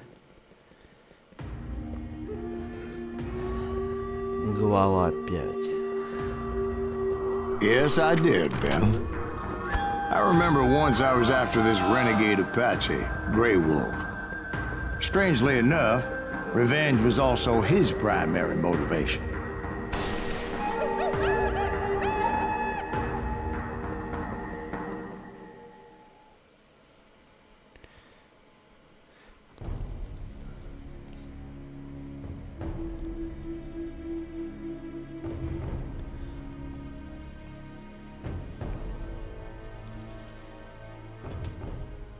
A bounty was put on Grey Wolf's head, and that's how I came to hunt him in the mountains. Mountains so high they tickled the nether regions of heaven.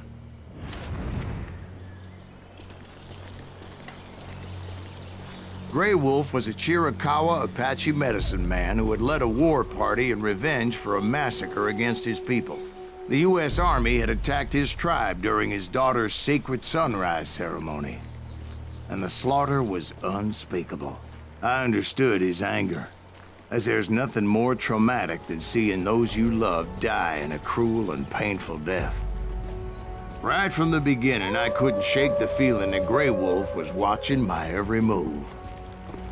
He led a band of young Apache warriors who wanted retribution and were more than willing to die for him.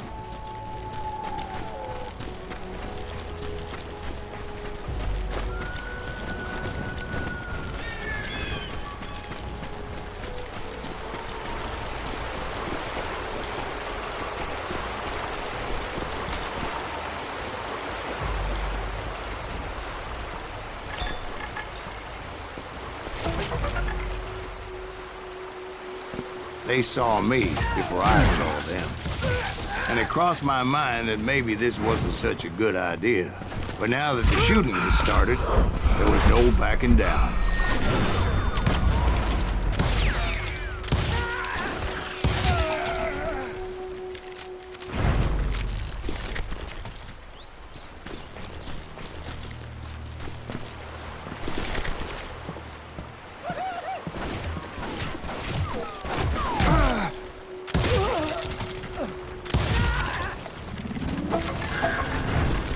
It was rugged country, the winter home of the Chiricahuas, and that's why they had retreated there.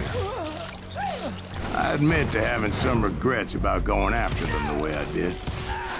But then again, I got a lot of those.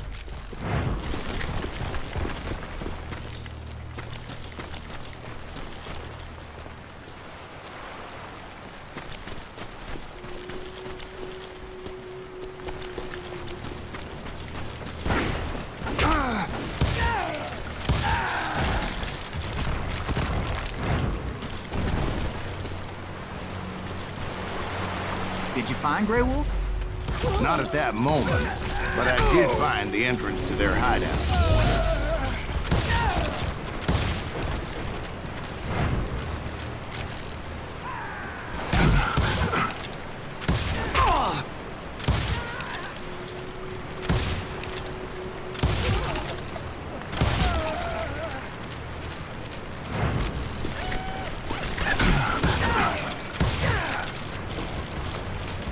Deep crevice that led to a deeper cave.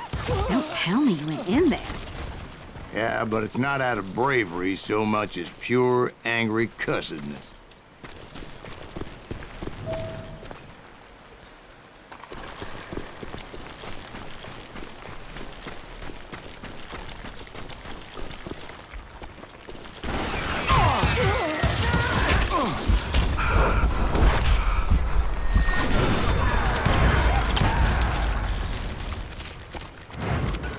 See, back then, I had a stubborn streak a mile wide, and I wasn't about to back down.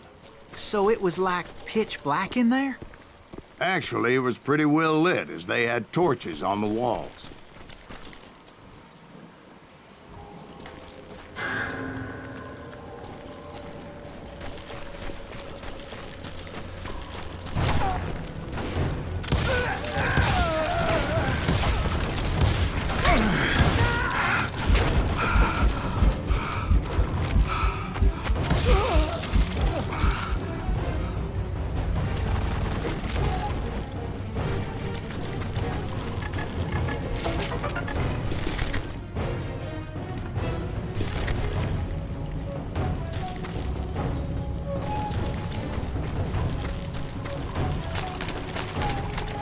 How big was his cave? Big as hell, Ben. Chiricahua had hid out there during the Indian War.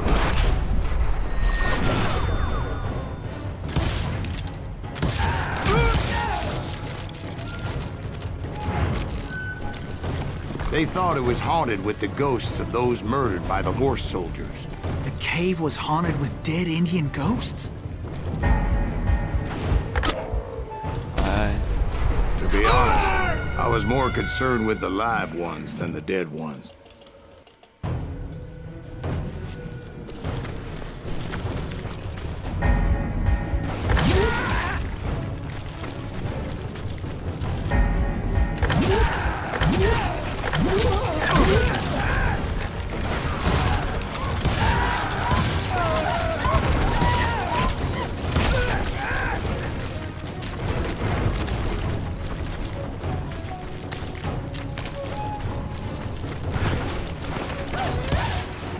You know so much about engines. A few years back, I was married to two Mescalero women. At the same time? Yeah, they were sisters. Polygyny is traditional among the Mescalero. So what happened? Oh, I had to get out of there. Those girls never shut up. Both of them nagging at me all the time. Drove me half crazy. Haven't seen them since. No, I mean, what happened with Grey Wolf? Oh, well, I pursued him into the Cave of Death. I came upon this flooded grotto, and that's when I saw him. He came to me unarmed and unafraid. His voice echoed in the shadows, and I sensed he meant me no harm. You carry great darkness in your heart, and if you do not release it, it will claim your soul. The sound of his voice put some kind of ancient Indian spell on me.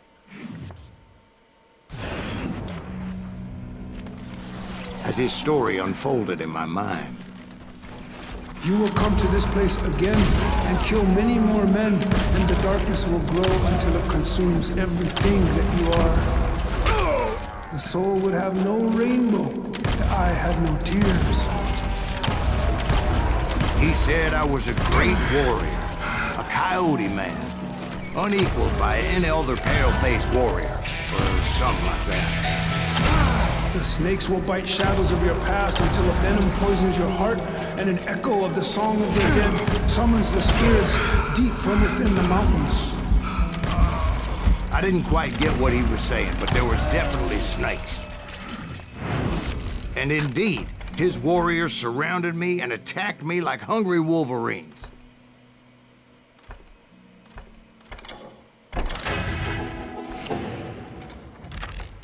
They couldn't stop me, though, and Grey Wolf wasn't in the mood for idle talk.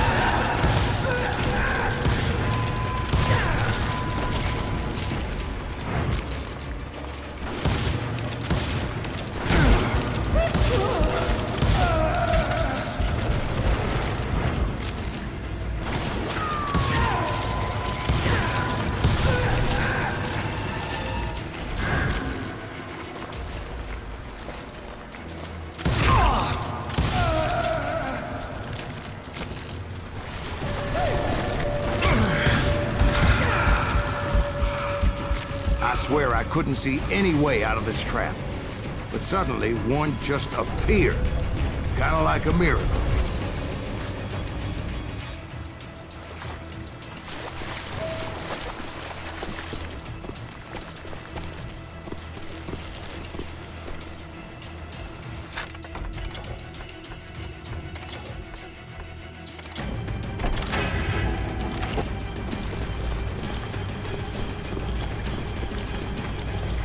I felt like I would be lost in that damn cave forever.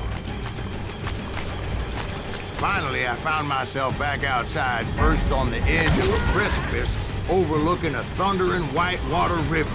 To get where I was going required several leaps of faith, but no way in hell I was turning back. I chased after him, determined to make him explain the meaning of all that mumbo-jumbo. Mumbo-jumbo's right.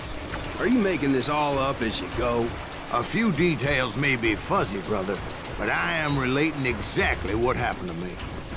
There were dozens of Apache warriors aiming at me from on high. Dozens? Well, maybe not dozens, but there was a lot of them. At least 3 or 4. Well, more than that, little lady.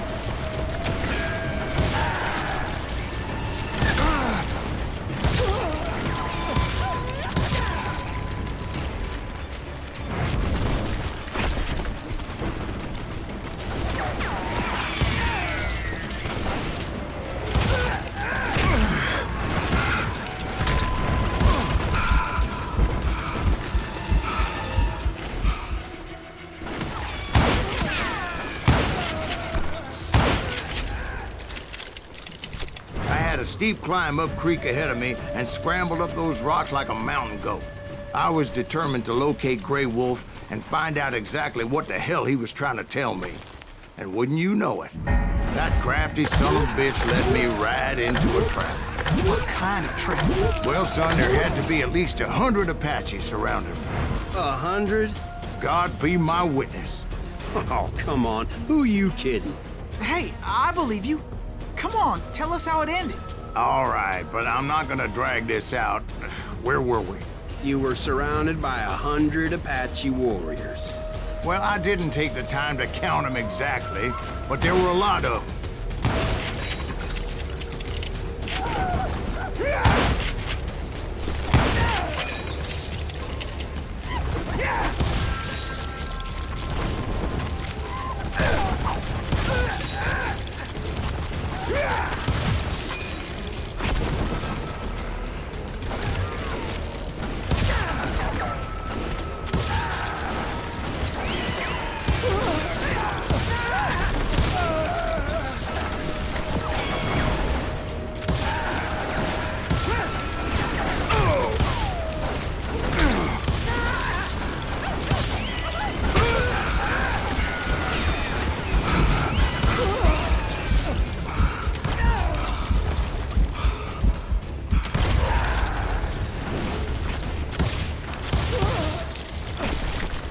And in the end, a path appeared before me that I had not seen before. I followed it as I desperately needed to find out what Grey Wolf was trying to tell me. But it was like that son of a bitch disappeared into thin air.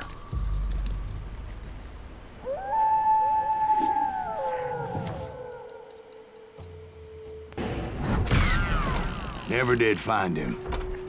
And never did collect my goddamn bounty. Thank you, darling. It's interesting how the truth can sometimes seem might malleable, depending upon your point of view. Like how those dime novels make you out to be something you're not? Jack, don't be starting trouble. No, he's right. They do tend to exaggerate. Did they exaggerate your part in taking down the Daltons? Well, I was there in the flesh, boy, so I saw what happened firsthand.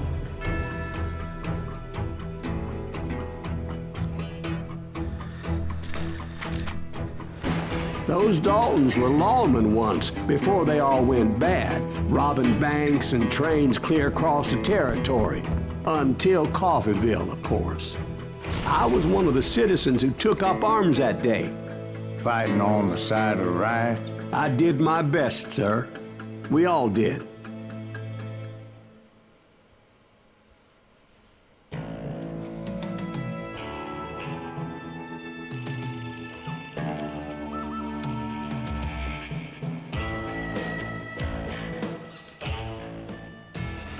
It was early morning.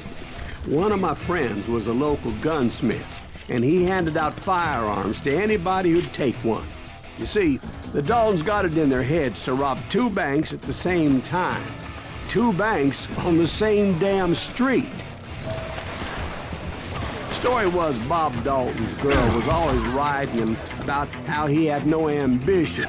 Well, you're nobody next to Jesse James, she'd say. Finally, the bastard took his brothers to Coffeeville just to shut her up. Well, the locals recognized the Daltons right off. Before they could get away, half the town took up arms to defend their property. Their first mistake was pulling a job in their own damn hometown. The boys grew up in Coffeeville, so everybody knew them. The bank teller tricked them, telling them the time lock on the safe wouldn't open till 9:30. Well, that gave the locals enough time to prepare an ambush for those sons of bitches.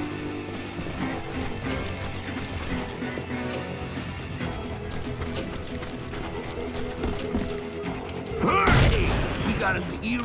Put some holes in him!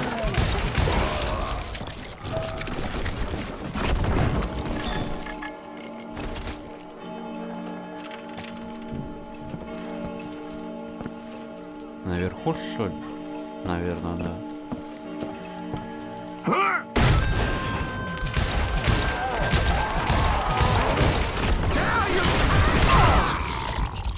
brothers paid dearly for their stupidity. But everybody knows they had it coming. There's more to it than that. I read all about that day, so I know for a fact that it went down very differently. First of all, it was high noon. A posse of U.S. deputy marshals were on the rooftop across the street. Get ready, boys.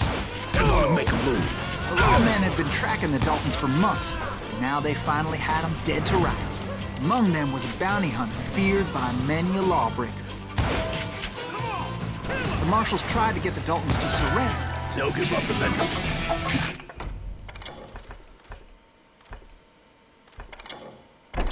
This bounty hunter knew that the brothers were far too proud to ever lay down their guns.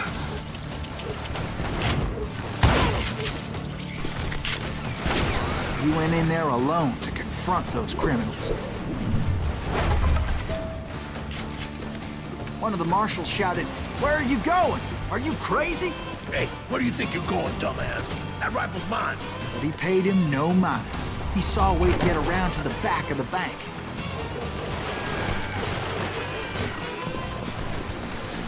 Then he figured out how to hit the Daltons from a direction they weren't expecting.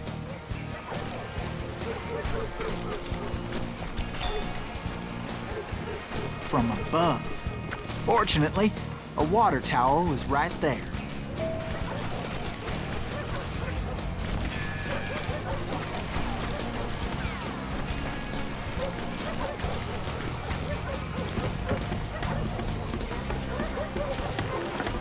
A moment later, he was climbing up a steep ladder, laughing at danger as he did. It was brave men like him who risked their lives to tame this wild country.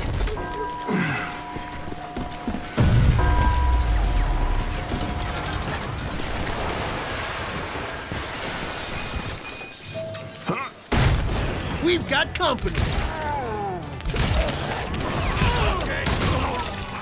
Heroic men like him, who did what other men couldn't or wouldn't to make this country free. Like Jim Bowie and Davy Crockett, who died defending the Alamo. Is that Silas Greaves? Son of a bitch!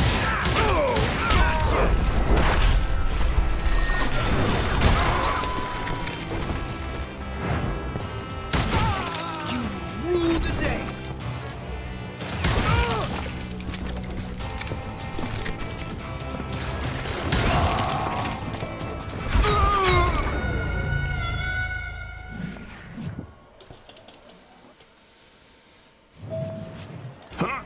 We've got company.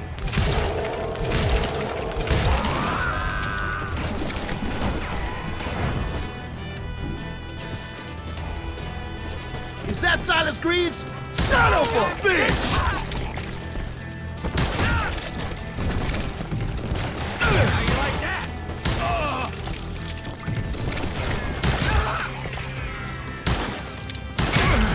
I'm gonna kill you dead.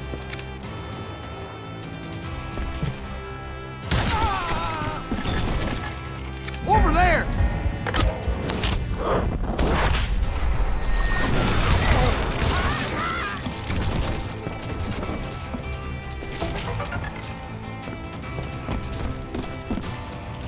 That's Silas Greaves! What the hell? Blam! Blam! He came away victorious, taking down those thieving Daltons.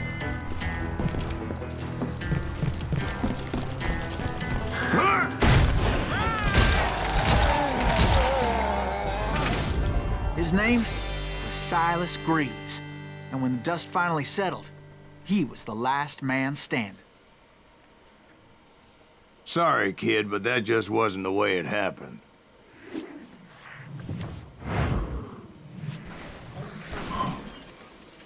It was early evening, not high noon.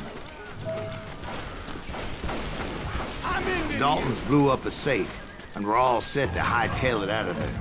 Those pathetic deputies surrounding the bank were dropping like flies.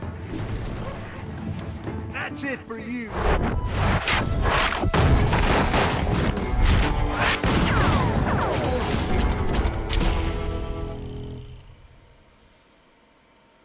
I had been tracking those jokers for months, waiting for them to do something reckless. In for the kill. Finally, they did. Those stupid bastards decided to rob 2 banks at the same time in the same town where everybody knew them. But they still had friends in Coffeeville.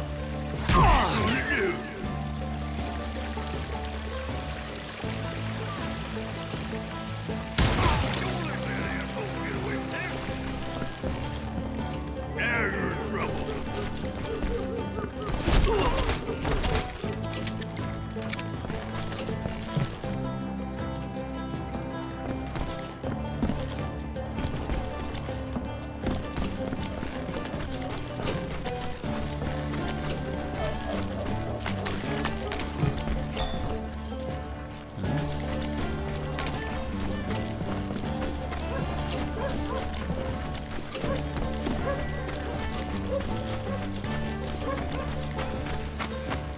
Hey, we got us a deal.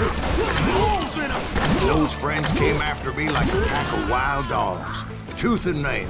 They were coming at me from all directions. I caught sight of the Daltons running with the money and didn't want to lose it. Problem was, they knew the town better than I did. And to top it off, I found myself in the middle of another shootout entirely. Did the Daltons hole up in somebody's house? No, it was the Smiths, I believe. They were cousins of the Daltons. And they were shooting at the Browns, who were shooting at the Daltons. Which wasn't any surprise, because those 2 families have been feuding forever.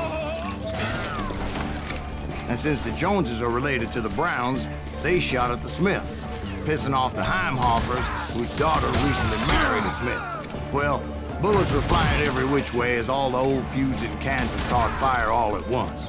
There was a hell of a lot of pissed off people in Coffeeville that day. But that's just the way life is sometimes. Shit happens.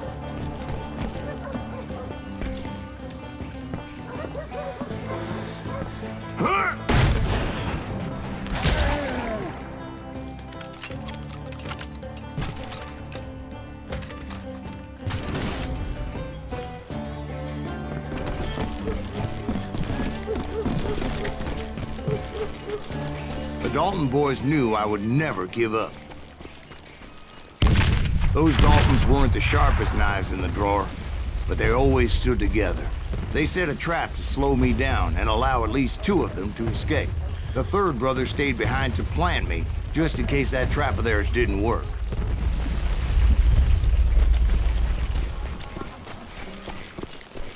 It was Emmett, the youngest, and he decided to stand his ground and face me down. I ain't afraid of you, Silas Greaves. This is where it ends for you. He was determined to protect his brothers. I understood how he felt. Taking me on all by his lonesome wasn't exactly a recipe for a long life.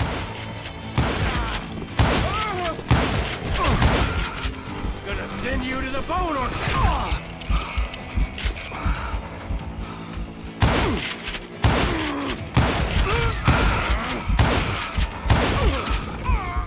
But Emmett Dalton survived the robbery in Coffeeville. He's the only Dalton who did. They say he was shot 23 times. Well, Dwight, who do you think put all those damn holes in him?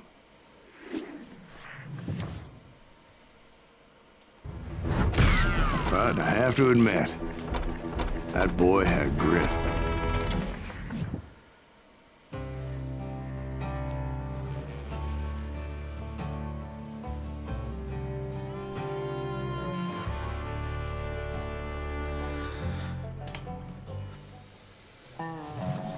We'll get those suckers. It took me a couple of days to track the Daltons down. They can't get away with this. And in that time, a whole posse of local vigilantes offered to lend a hand. We'll track him to the ends of the earth. They seemed as determined as me to find those outlaws. But as we headed into those swamps, it was like I had my own private army. There was no way those boys were getting away this time. It was early fall, right? Beautiful time of year. At least you had the weather on your side. Not by my recollection. It was damp and foggy as hell. It was tough to stay on a true course, so we kept an eye out for landmarks.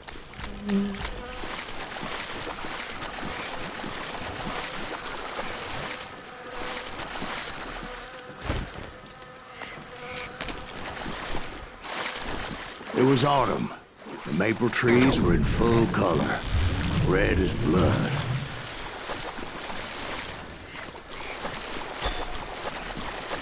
The rains that year were torrential, so the whole area was flooded. The vigilantes had spread out wide, and pretty soon I couldn't see anybody.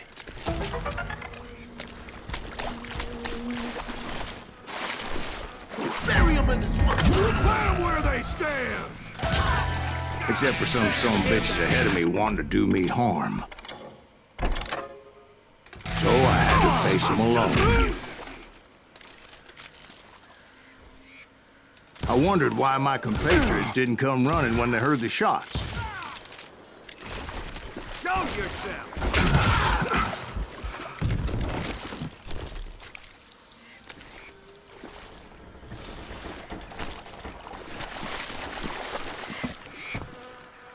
So did you find the Daltons? Not yet, but I did have the questionable pleasure of meeting a few of their friends.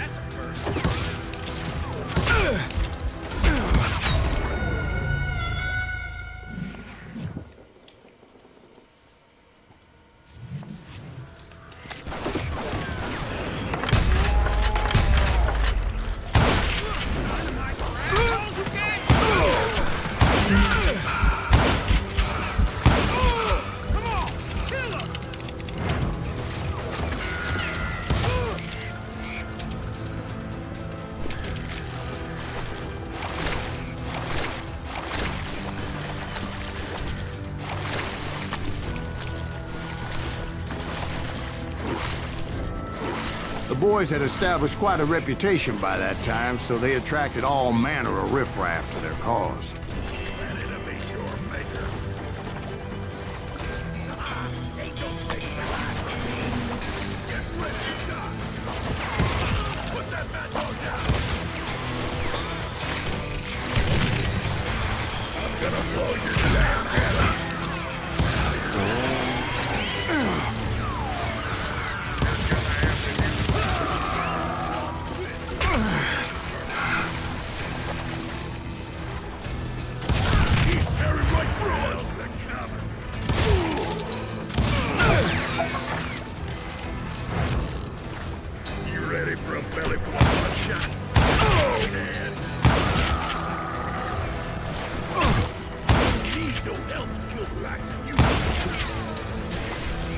And my reinforcements was nowhere to be seen. Point being, I was under serious attack.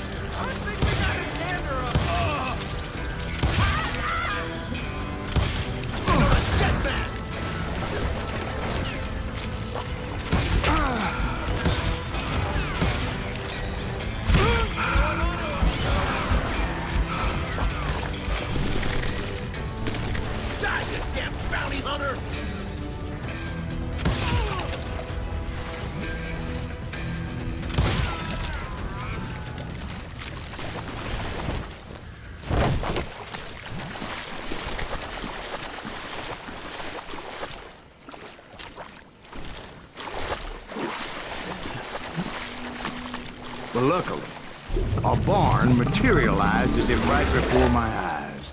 I scrambled up top to get a better view.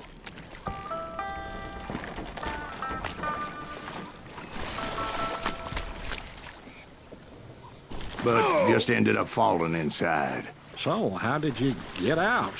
The barn doors was open. About right then, I saw some suspicious characters running for the bushes. Of course, I followed them.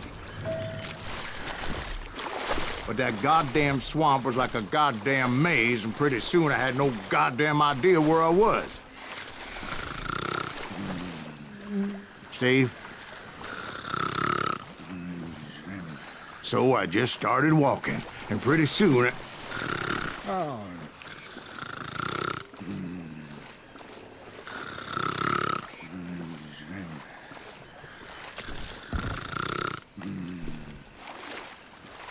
Steve?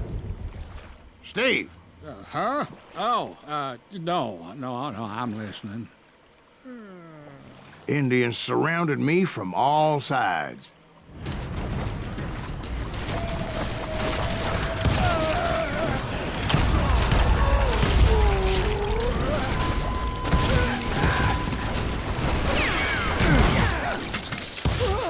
Indians?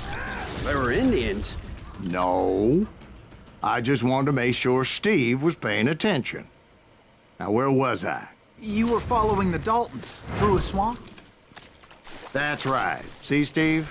Dwight's paying attention. No, I'm listening. I was just resting my eyes. So, where was I? The Daltons. Right. See, there's a reason so many outlaw gangs are made up of brothers. Being a brother is a very sacred thing. It's a bond like no other.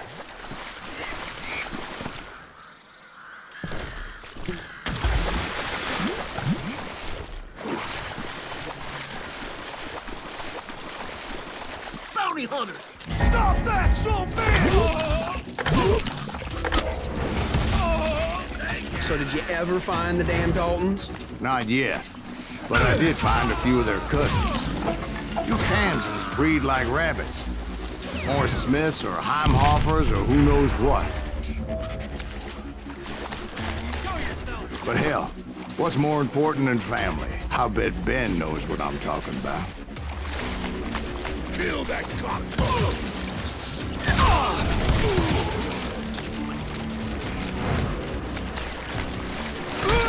I hit him! Somebody kill that sumbitch! Damn good shot!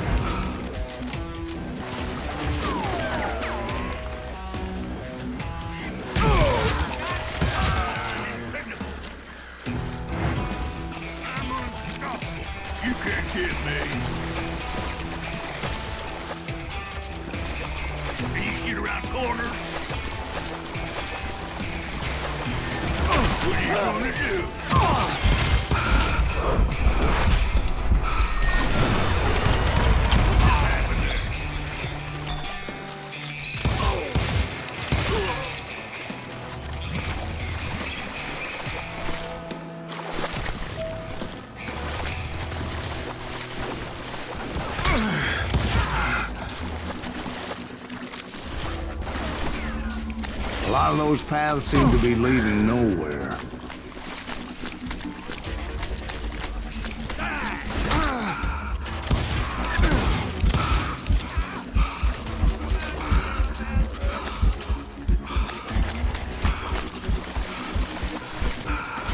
It's you or me!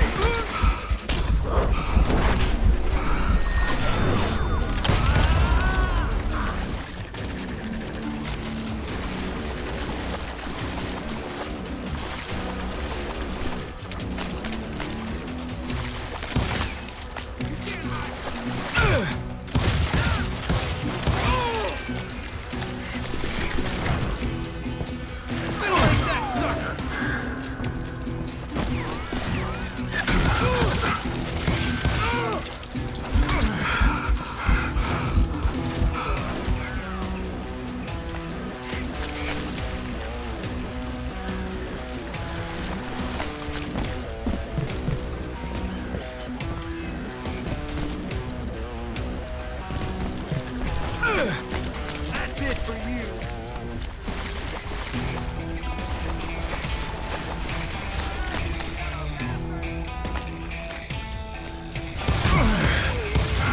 I'm ending you.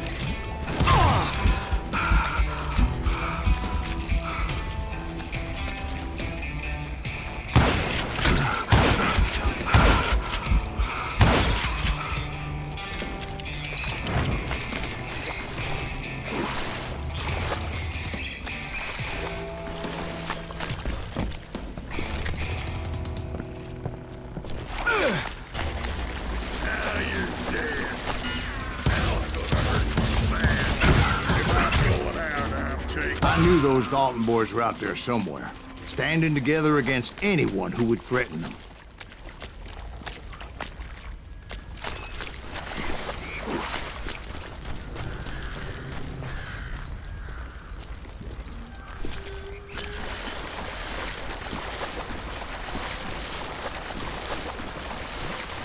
And that's when I saw it. A goddamn steamboat.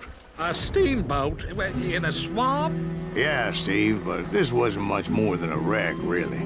But how'd a damn steamboat end up in the swamps? Yes, it floated off during the flood of '89.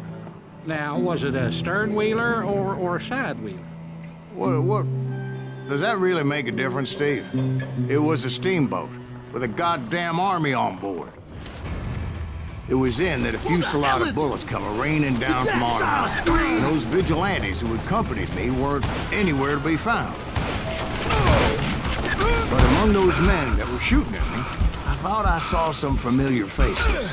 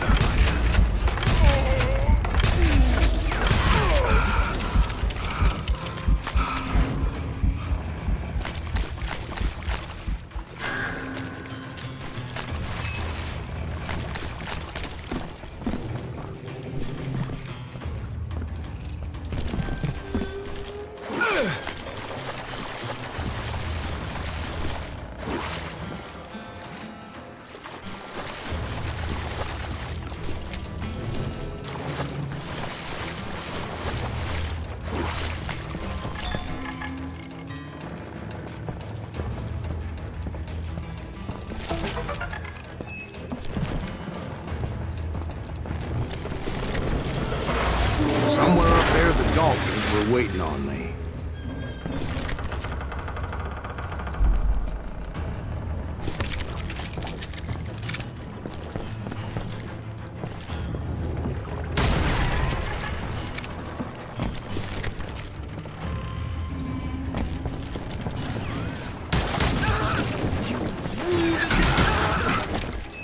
Sounds like you don't give up too easy. That's the kind of man I am, Ben. I set out to do something. I do it. Surrender just ain't in my nature. Plus, I'm stubborn as hell.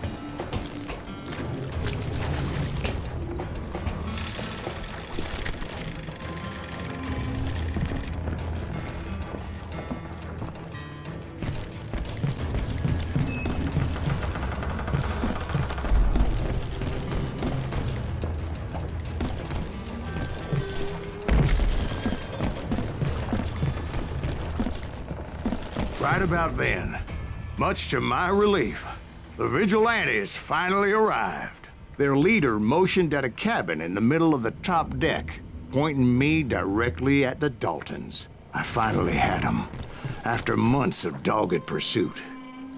But it turned out that they had me. Take him out! I'm sending you to hell!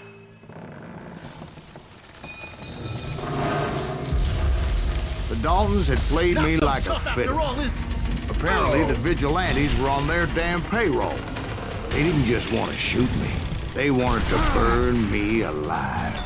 But finding my way out of a burning labyrinth proved to be quite a challenge. It was a riverboat, right? I mean, it's not like it was a goddamn ocean liner. Well, yeah, but I was in a Did you hear fight. about that ship that's gonna launch next year? Largest one in the world. We're talking about the Titanic. If you ask me, it's too blessed big. I don't think it'll even float. So anyway... Don't be stupid, Steve. They know what they're doing. They say that the Titanic is unsinkable. Oh, God. But getting back to that steamboat, how'd you get off it, Mr. Greaves? I took in a lot of smoke that day, so I admit my recollection might be a bit hazy. But somehow I managed to finally disembark. It was time to settle this once and for all.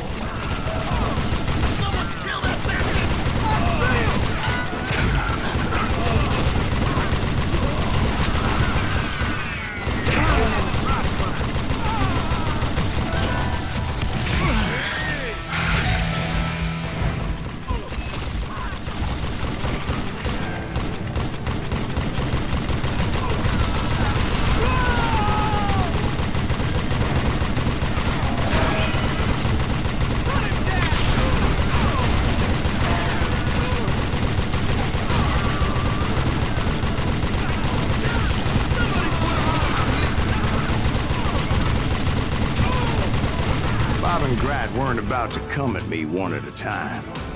They were in this together. Two brothers side by side, determined to take me down. Confident that this time the odds were on their side.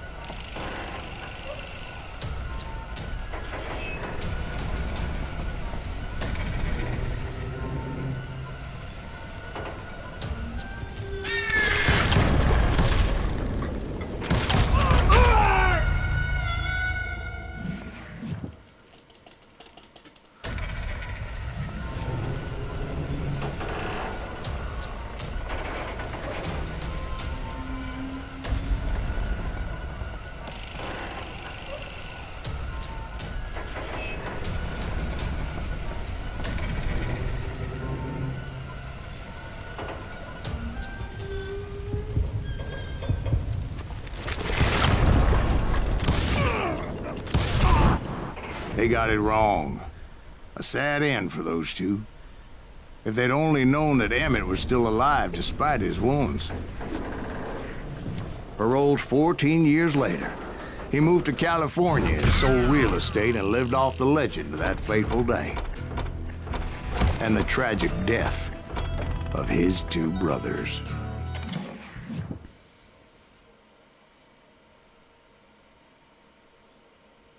My own brothers died tragically as well, truth be told.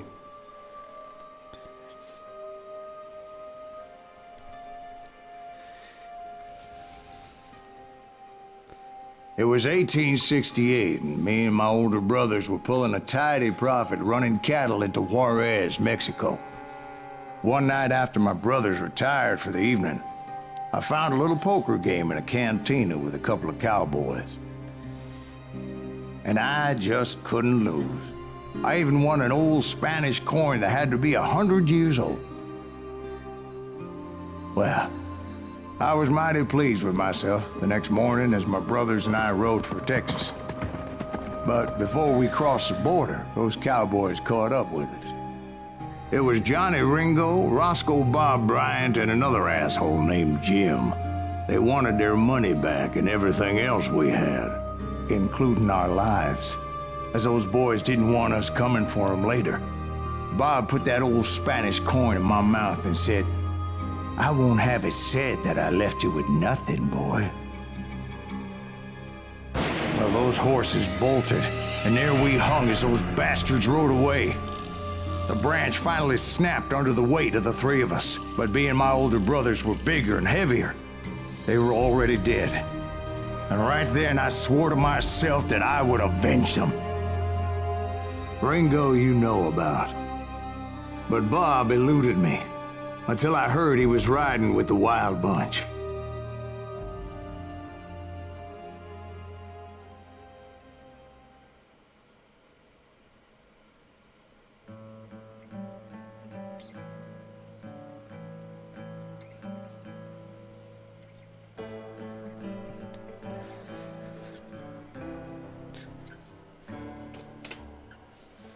I'd been on their trail for months, ever since they left their hideout in the Bighorn Mountains. Led by Butch Cassidy, they were a loose association of outlaws who robbed banks and trains from Colorado to Montana. Among them was the Sundance Kid, and that murderous hombre I was tracking, Roscoe Bob Bryant. Were you a part of that giant Pinkerton posse after the Wild Bunch? No, boy. A circus like that would have slowed me down. Besides, I wanted Bryant all to myself. I'd heard about a large shipment of gold being transported to Wilcox, Wyoming on the Overland Flyer. They blew the bridge with the intention of forcing the train to stop.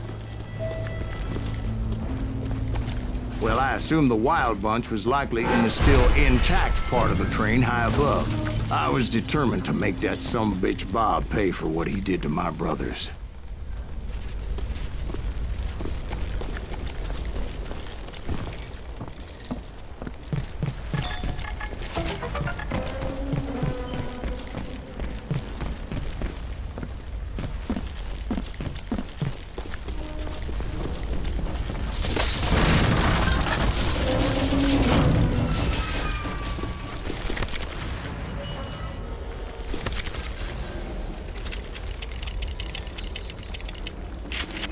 I found the device they used to blow the tracks, so I knew I was headed in the right direction. My ears are still ringing from blowing up that bridge. Well, I made my way off unscathed and came upon a few members of the gang and had no choice but to dispatch them. From there, I had to negotiate an even more precarious route. But first, I would need to get my ass out of there.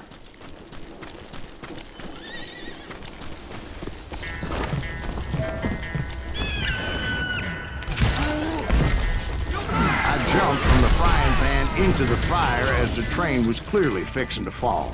I had found the gang, but in order to find old Bob, I needed to fight my way forward past a whole passel of desperados.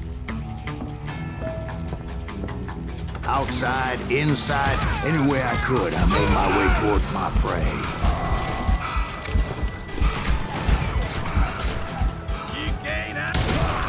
But what about the passengers? It was mostly a freight train, as I recall. There were no passengers aboard that day.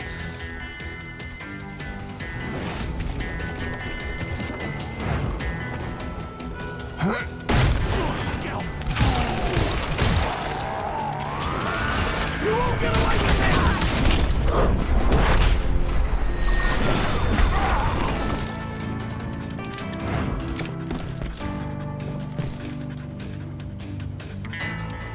As I mentioned before, I am not fond of heights.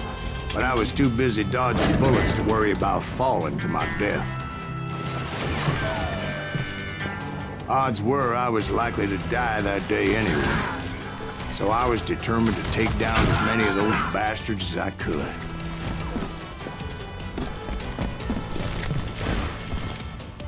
At times, it was like shooting ducks in a shooting gallery. The only difference is these damn ducks shot back.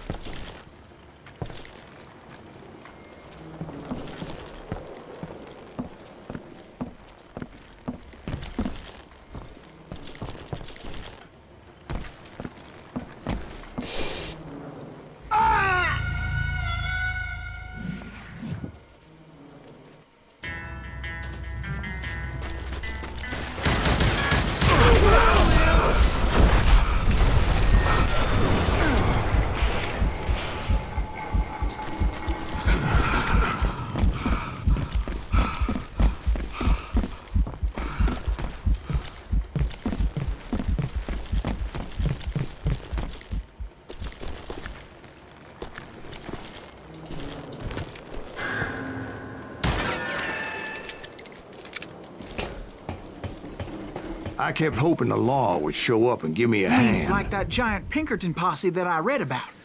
Did they come riding in, guns a-blazing to help?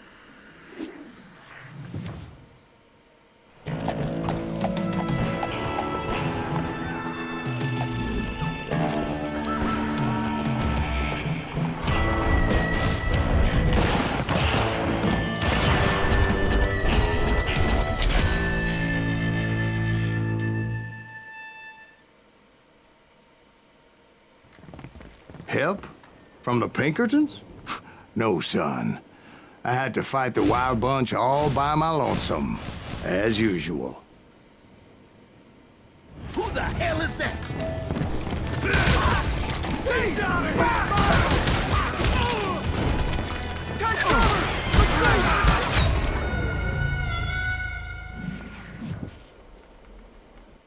Now you're dead. You're gonna have to do better than that.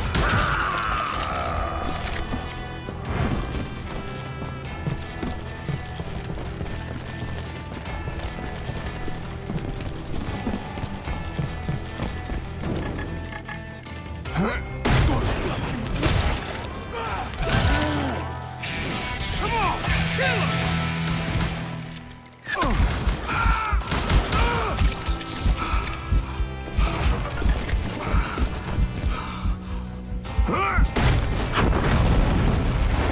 My guess is those dime novels didn't portray this as it happened, did they? Only a few stragglers were left. I had to cut them down pronto if I was going to stay on old Bob's trail.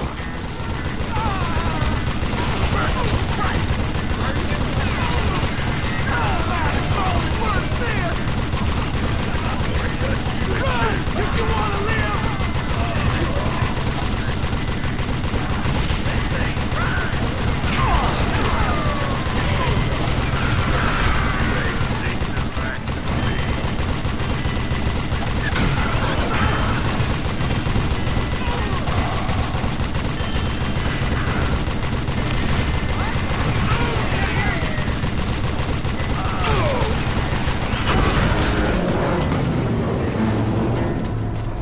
Once I silenced all those guns, I went searching for my nemesis, determined to finally have my justice. But the only survivor who welcomed me was George Flat-Nose Curry. Who was he? The fastest gun in the gang. Right after Sundance, I mean. And Kid Curry, and maybe Elsie Lay. Though some folks might dispute that.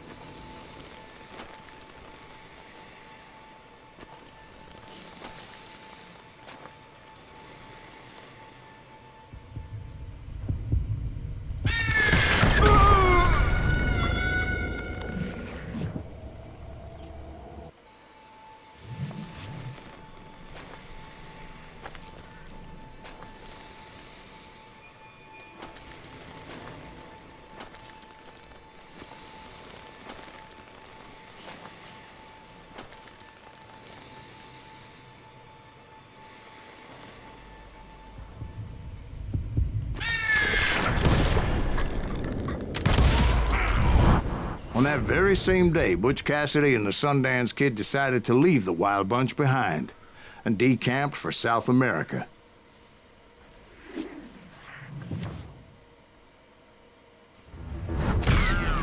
They ended up living down there for many years, but I'm sure you already know all about that.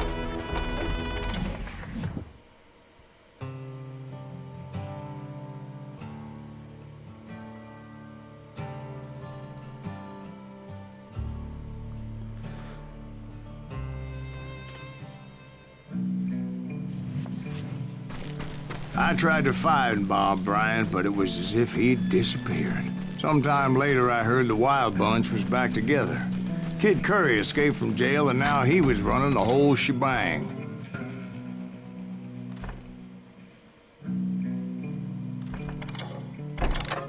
So I took to their trail, as I was still in pursuit of my brother's killer and hoped that he was back with him. That Kid Curry's kinda crazy, ain't he? Don't let him hear you saying that. Anyways, I tracked those boys to a camp right outside Parachute, Colorado.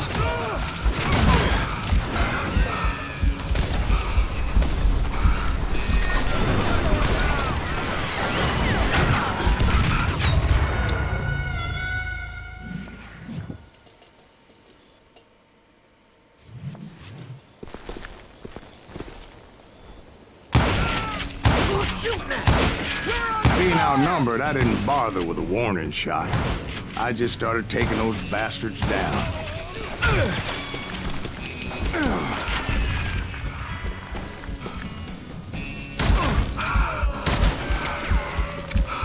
This asshole has a death wish.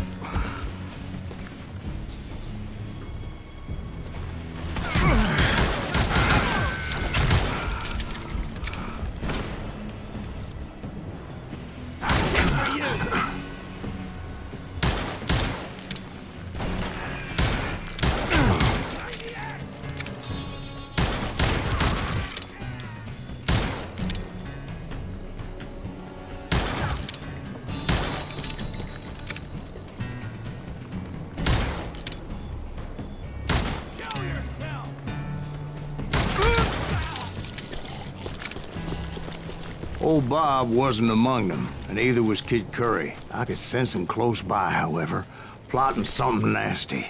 I just needed a clue as to their whereabouts.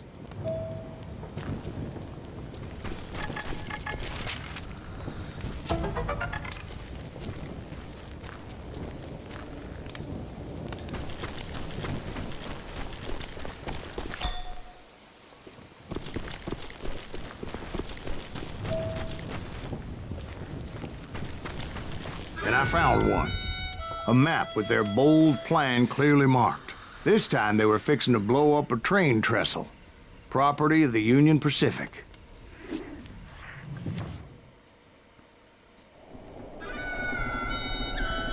The plan clearly indicated how they were fixing to undermine several of the weakest wooden supports.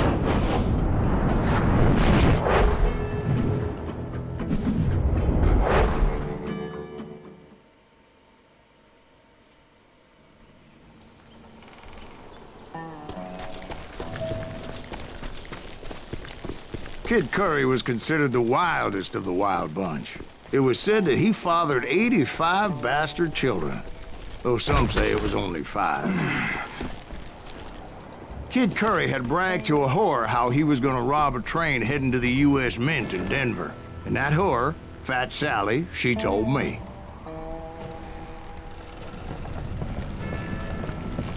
The bridge was rigged with dynamite, so I decided I'd best be careful confronting those bastards.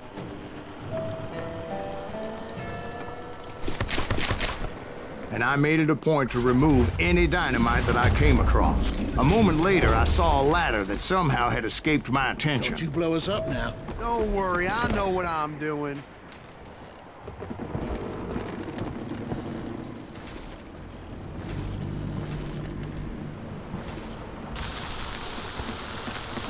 Damn it! What the hell? But the Wild Bunch did not take kindly to my presence and attempted to blow my head off. Don't you blow us up now. Don't worry, I know what I'm doing.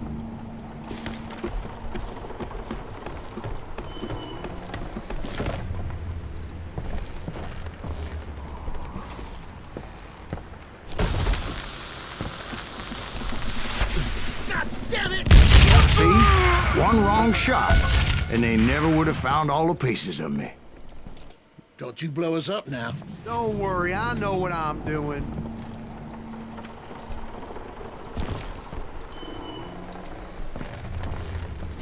Of course, I had to tread carefully. Otherwise, I could, well, die. Don't you blow us up now. Don't worry, I know what I'm doing.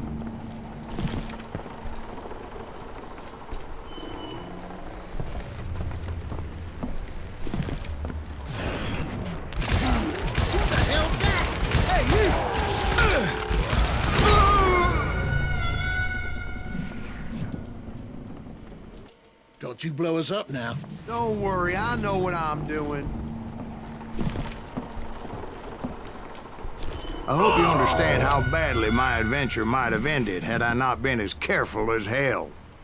Don't you blow us up now. Don't worry, I know what I'm doing.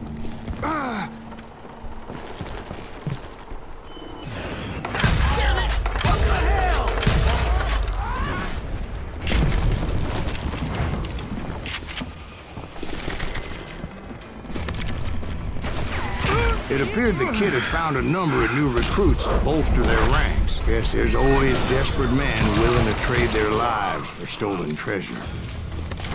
What happened next? Well, having removed the first bundle of dynamite, I decided I might as well remove the other one.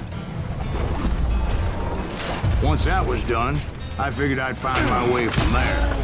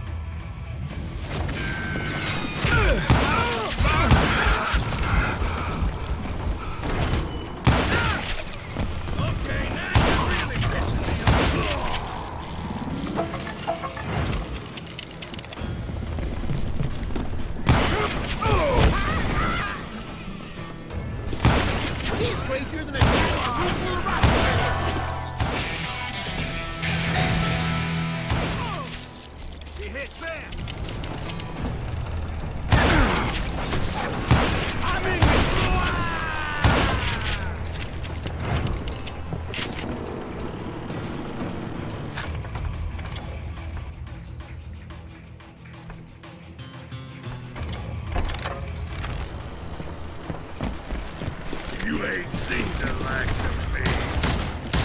However you plan. And this coming for you. So, what happened then? Had to remove more of that damn dynamite.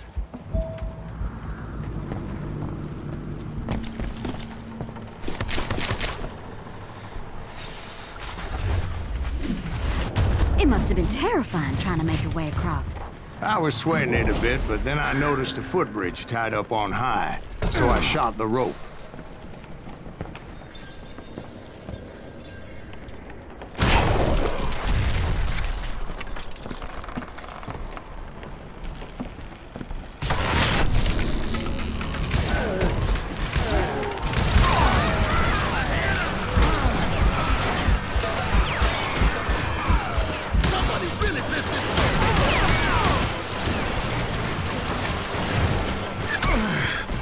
So that was all the dynamite? Funny you should mention that, darling. But actually, there was a fourth charge impeding my progress.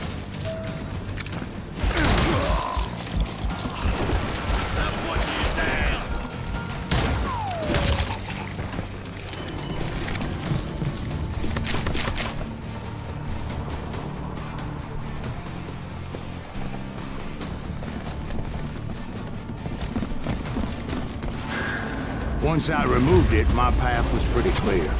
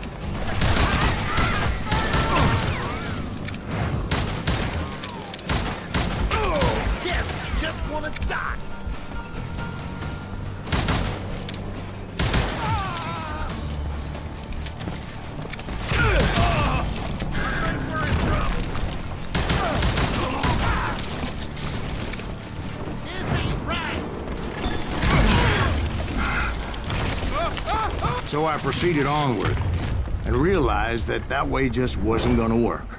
I needed an alternate path forward.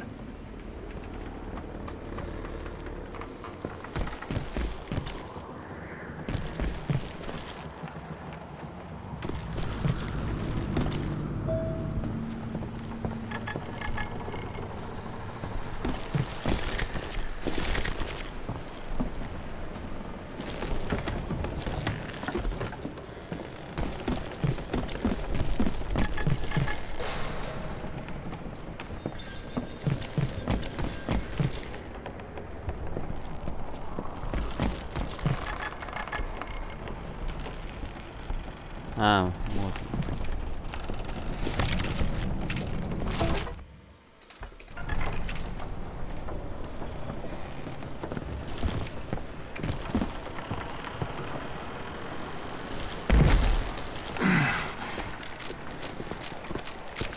Luckily, I found a cave, and as I made my way back to the bridge, I saw something that concerned me.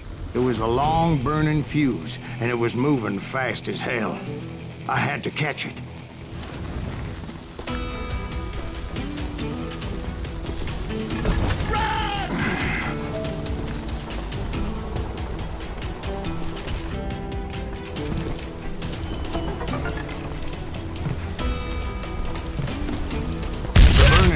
So damn quick, I had to run like the wind. I almost had it, but no. Thought I was gonna have a coronary when I lost sight of those sparks. My heart was pounding like a sledgehammer. I knew that failure meant boom. Then, finally, at the last moment. Whew. Of course, I was successful, or clearly I wouldn't be talking to you folks here today. Naturally, I removed the last dynamite charge. Well, it was a touching reunion. But by this time, I was thoroughly exhausted and dragging my ass as I was not a young man anymore.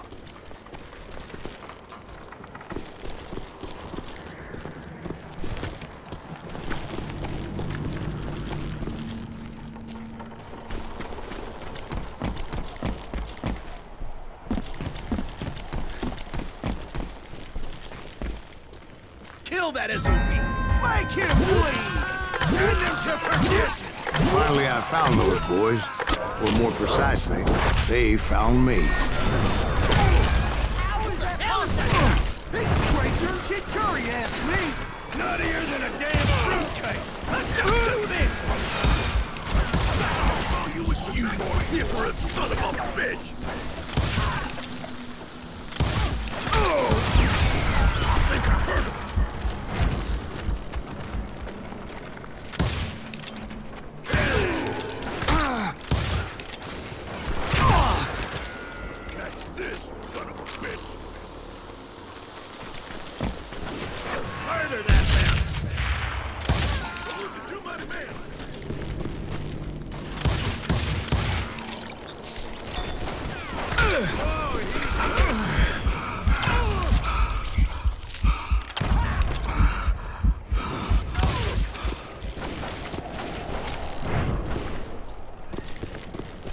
Just when I thought things couldn't get worse, Kid Curry opened up on me with a goddamn Gatling gun.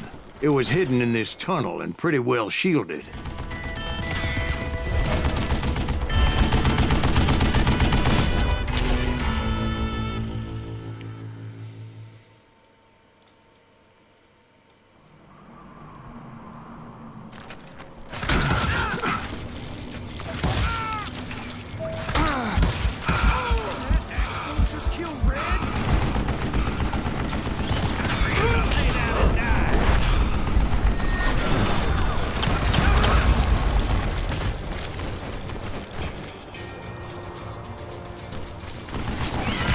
Luckily, I had located some dynamite.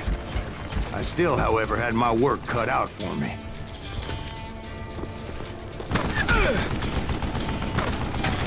Stand still so I can kill you.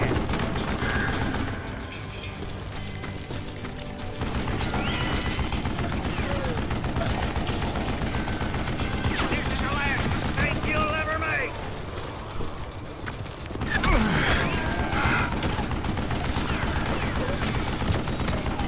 You can't hide forever. Do you know who I am?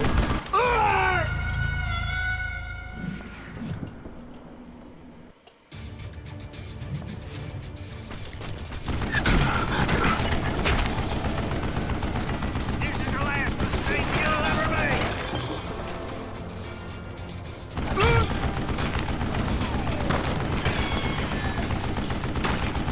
I think he's scared.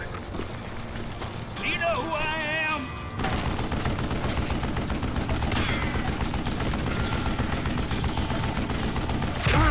Am I out of bullets already? Shit! You can't beat me! Damn! God damn it, I need some help here! Come on, boys! Take this sumbitch out! Stand still so I can get it!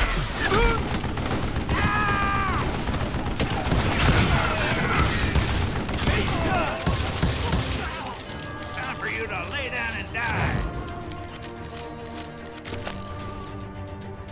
What are you? Yellow? He's not fair! This is the last mistake you'll ever make!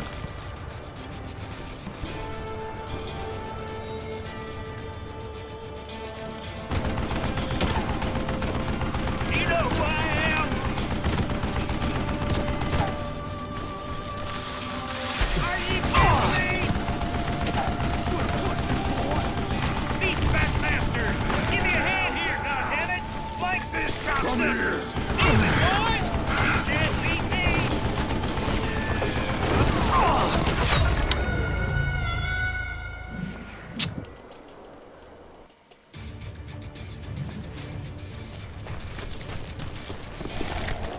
Time for you to lay down and die!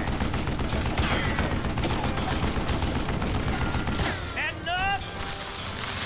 Are you kidding me? Do you know who I am? I need some help here! Come on, boys! Take this sumbitch out!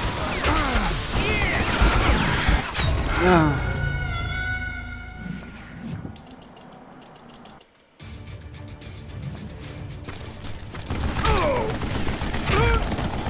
This is the last mistake you'll ever make!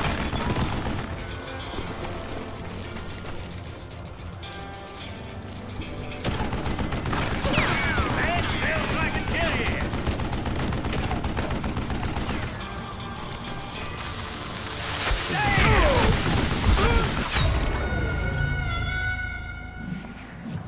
Не, надо по 2 кидать. 3 не успеваю. Даже кинуть. You can't beat me!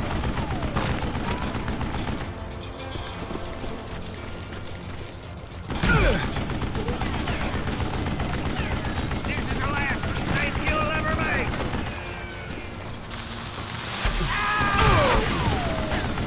God damn it, I need some help here! Come on, boys! Take this sumbitch out! You know who I am? Get out of here, you coward!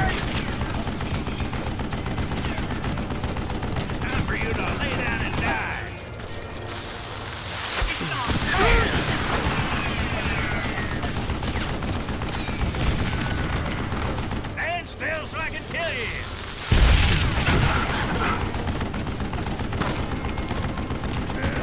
Like this, cocksucker! Move it, boys! Come on!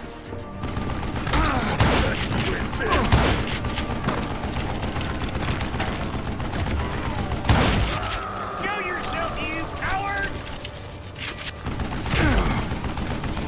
You can't beat me! Damn!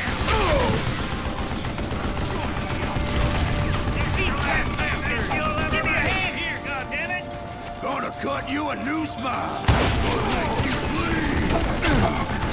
Eventually, I brought that tunnel down. And that's when I met Kid Curry himself. He had decided to stop pussyfooting around and deal with me personally. This is gonna hurt.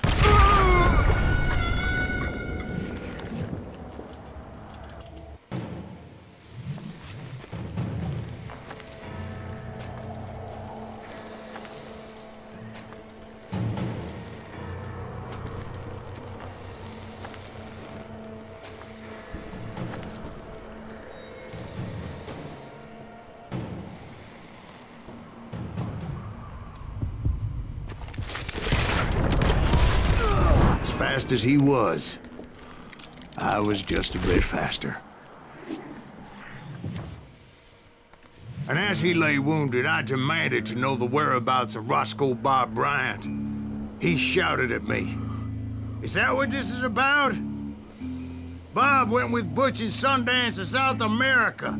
You ain't never finding him.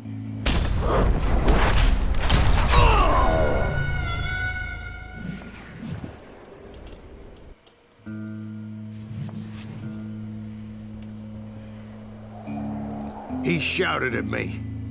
Is that what this is about? Bob went with Butch and Sundance to South America. You ain't never finding him.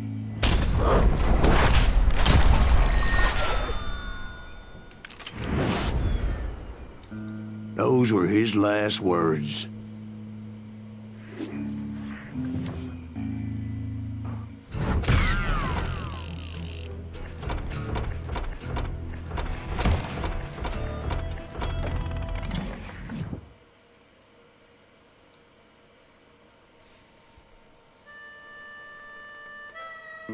So, Bob Bryant got away? I knew I'd never find him in South America. What about the other killer? Yeah, you kinda glossed over that one. Well, I found Jim not long after my showdown with Ringo. At the time, he was riding with the James Younger gang. Did I neglect to mention that?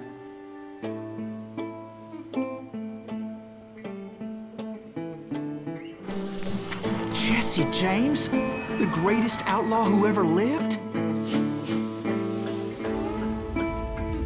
Jesse and his kin rode with Quantrill when he raided Lawrence, Kansas, and killed near 200 people, boy. Nothing great about that. And from there, him and his brother went on to rob banks and trains from Kansas to Missouri. Which is why there was such a rich bounty on their heads. 40 grand for both of them, dead or alive. That's one hell of a payday.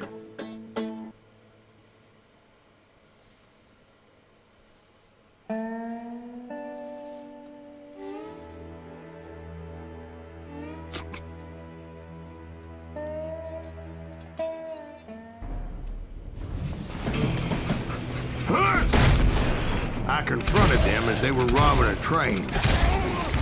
Bullets were flying at me from every which way. But I knew I'd have to fight my way forward if I was gonna find this gem.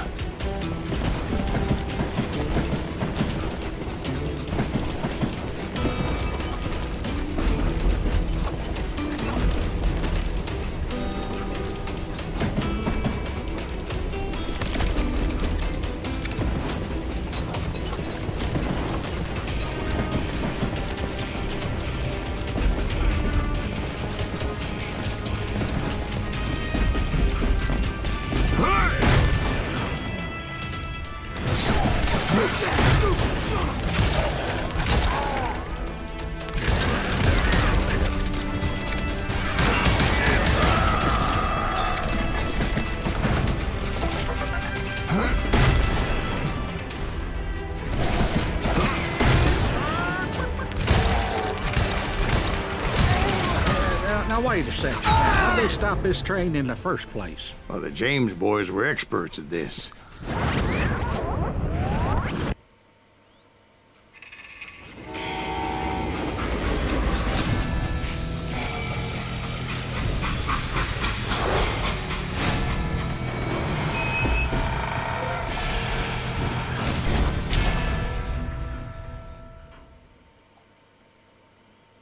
They hopped a freight train, having heard there was a big payroll in the express safe.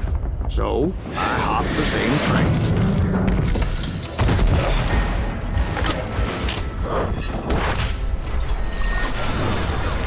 What the heck just happened? The James Younger gang was decimated after that little fiasco they had in Northfield, Minnesota. So Jesse needed more men and took on the killer I was after, along with a host of others. I was hoping to find my man and put a bullet in his head. Climbing around that train, I must have swallowed 100 damn bugs The before I James reached Younger that... gang pulled the first train robbery west of the Mississippi. Sounds like you hold them in high regard. Everyone knows they were the most famous outlaw gang ever. And you took them all on by your lonesome. Again. I'm finding this all a little hard to swallow, friend.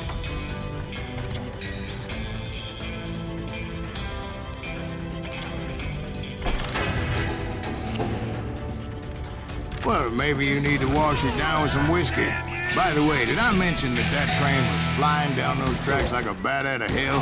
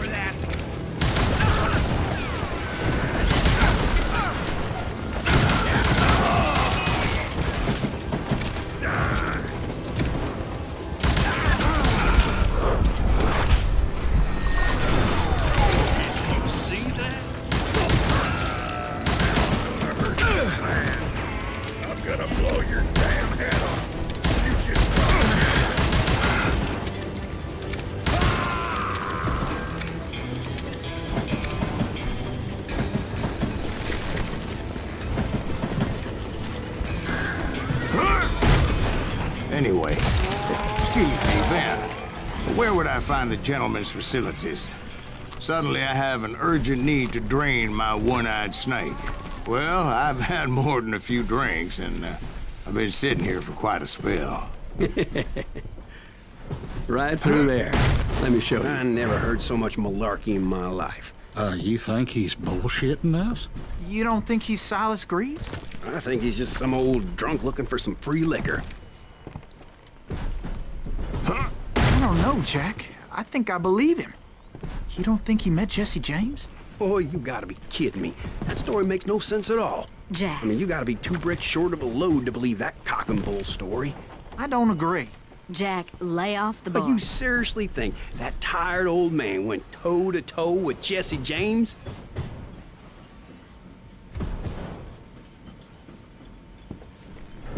Well, that's better.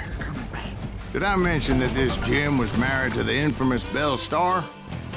Of course, I didn't learn that until later.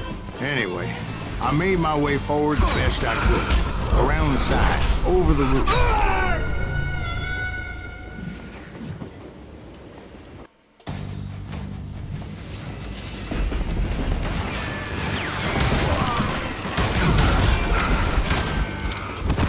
At some point, some sumbitch saw me and shouted out, "It's the damn Pinkertons!" It's a damn Pinkerton! Now, I never worked for that limey cocksucker, but I guess they assumed I was one of his assassins. Those evil bastards firebombed Jesse's mother's house and killed his stepbrother.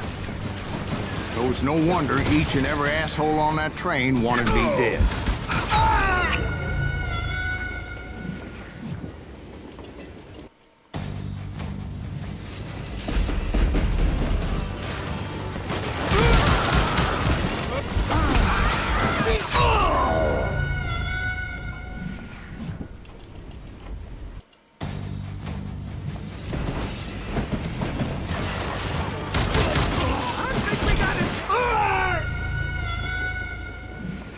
It was a rickety ride and quite precarious.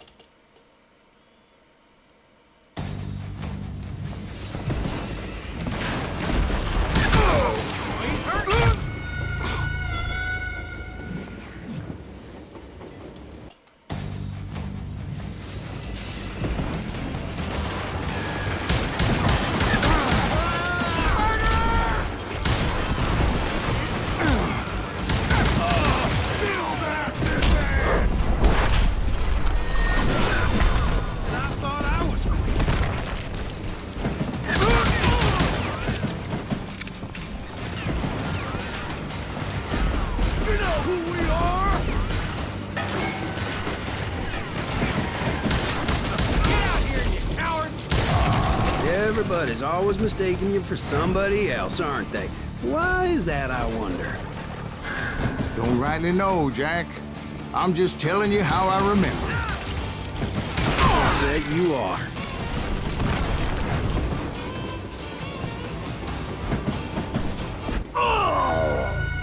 It was definitely safer on the inside of the train.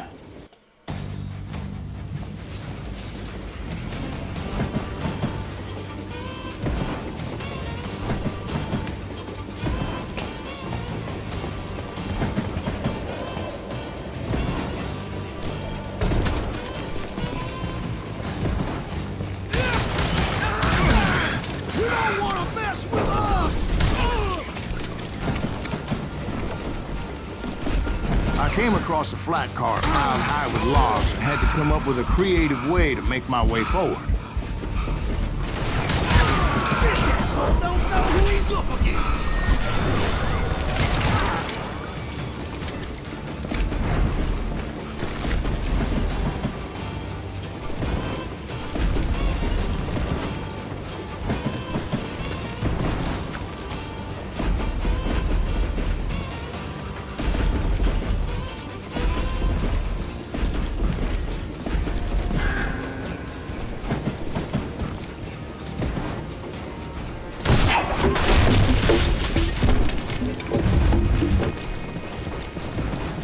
Right about then, I was attacked by some asshole on a Gatling gun.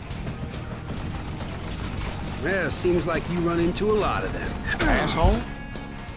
Gatling guns.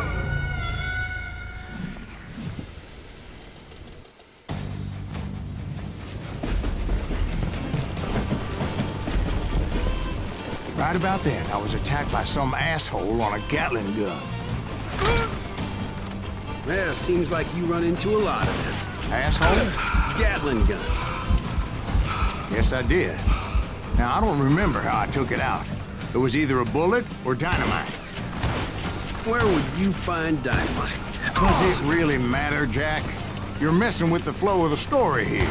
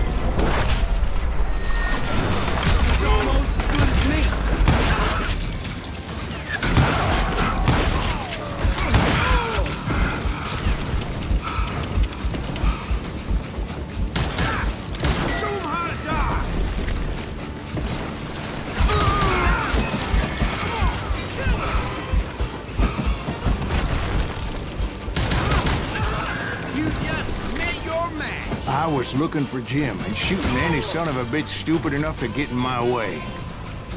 And that included Jesse James himself.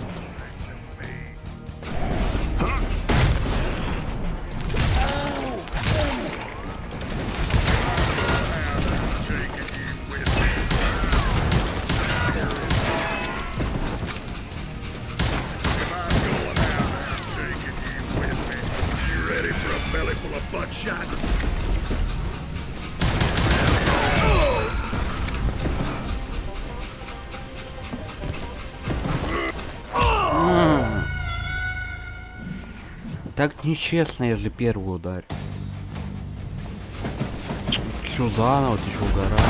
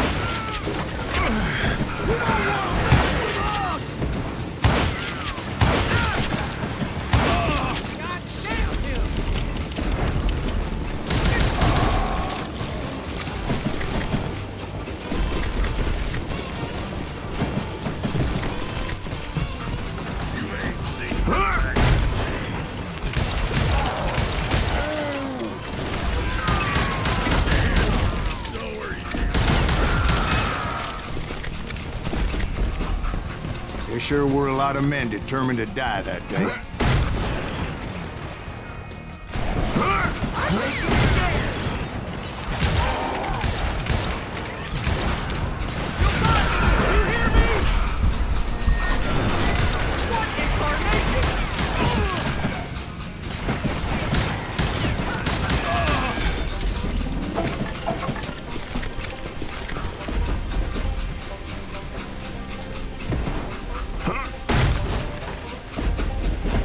It was then that Jesse detached the express car from the rest of the damn train.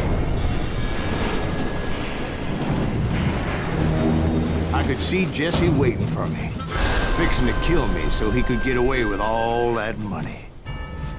You had a showdown with Jesse James? Of course he didn't. Everybody knows that Jesse was killed by Bob Ford. Yeah, Jesse went out like John Wesley Hardin. Coward shot him in the back of the head. Guess it doesn't matter how far you run, does it, Ben? Your past always catches up with you.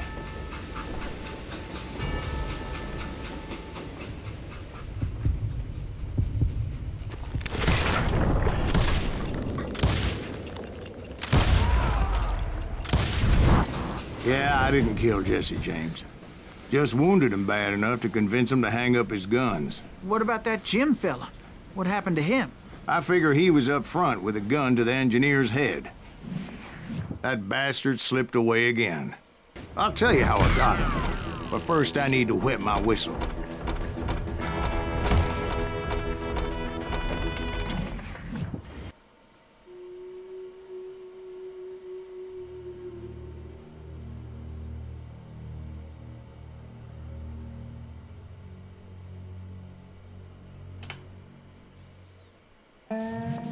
After my showdown with Jesse, I continued to track his brother, Frank, and that son of a bitch, Jim. I followed those bastards into the high mountains as they were going to ground. What mountains would that be? Somewhere in the Ozarks, I believe. The perfect place to hide out from the authorities. In fact, before I could find them, some Indians who fled the Reds and were hiding out from the military found me first. They probably thought I was a cavalry scout and didn't want me telling the military where they were. Indians?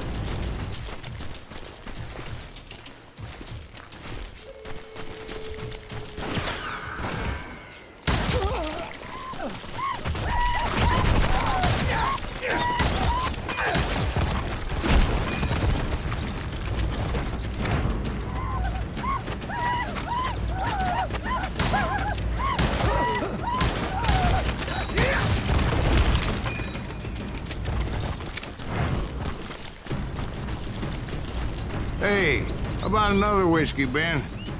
Nothing better to soothe the troubled soul.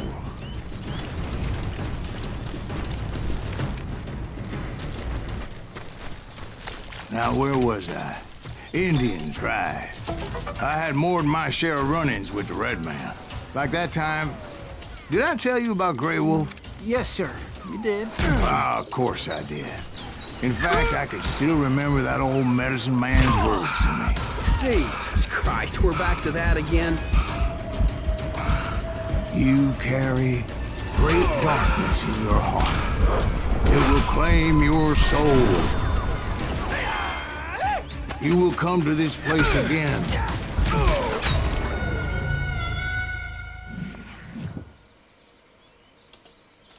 Like that time... Did I tell you about Grey Wolf? Yes, sir. You did. Ah, of course I did. In fact, I could still remember that old medicine man's words to me. Jesus Christ, we're back to that again. You carry great darkness in your heart. It will claim your soul. You will come to this place again and kill many more men.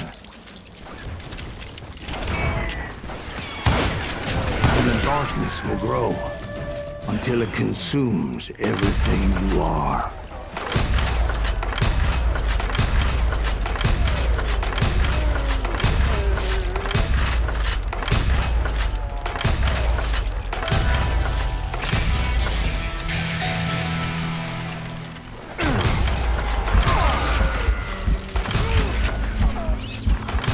So, did you ever find him? Who? The man you are after. Let me ask you something, Ben. You ever think about death?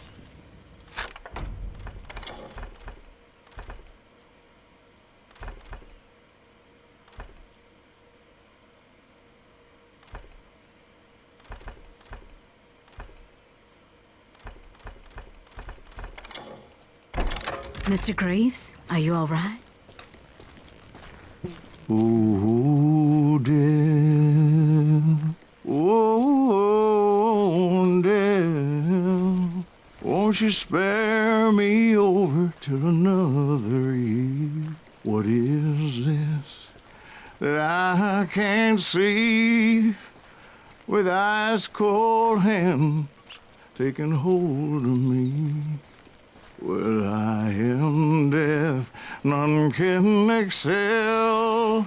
I'll open the door to heaven or hell.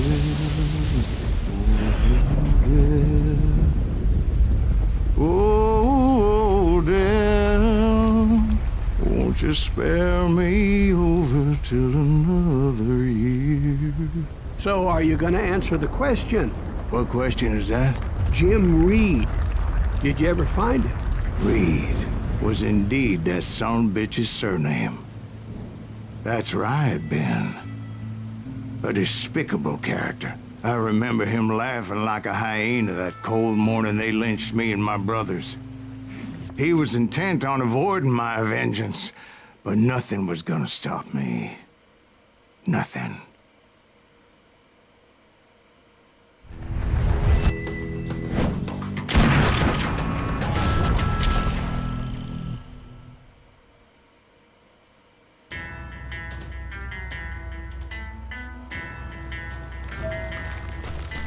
I finally did track those outlaws down.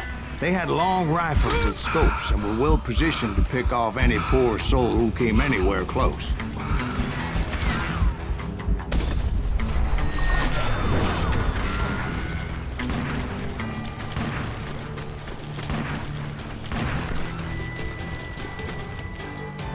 I'm guessing Frank James believed I was responsible for the demise of his brother Jesse. I couldn't really disagree with the man, as I thought Jesse was dead then as well.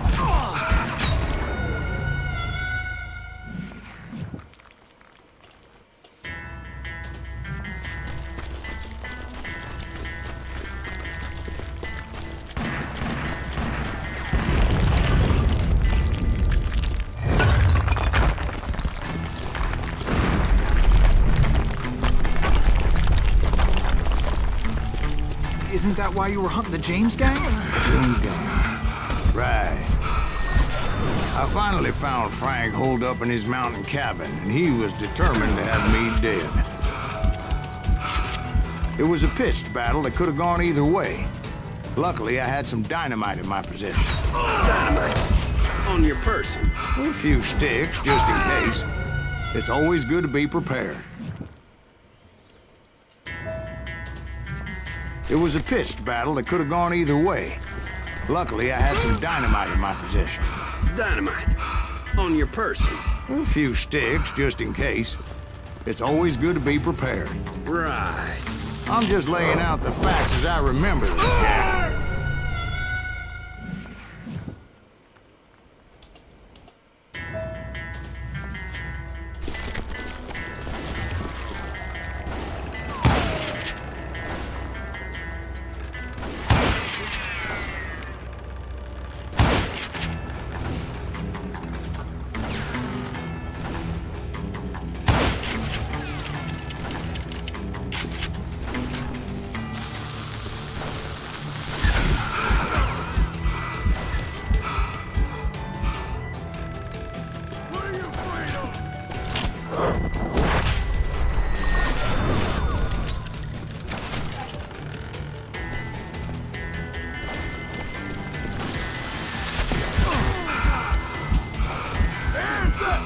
bitch!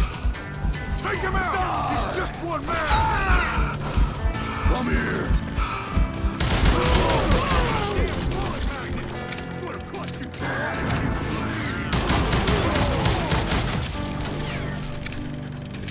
Lily liver bastard!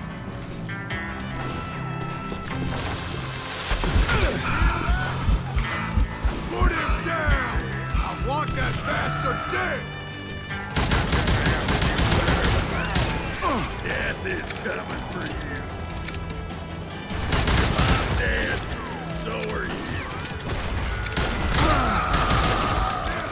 Now you're dead. I'm gonna blow your damn head off. Stop that.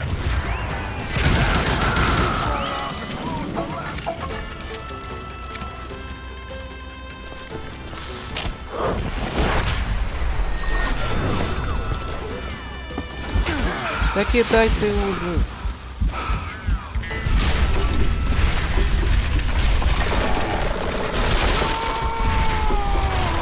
That old shack? Well, it went tumbling right off that cliff. With Frank James still in it?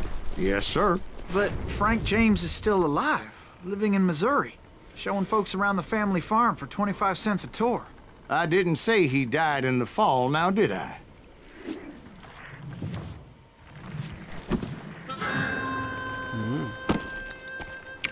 I'm done with this damnable outlaw life!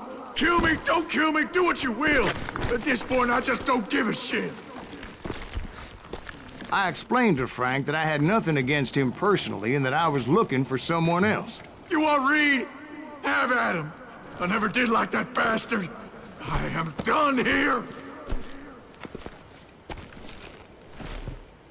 We parted in peace as Frank pointed out the path to my prey before making his way back down the hill.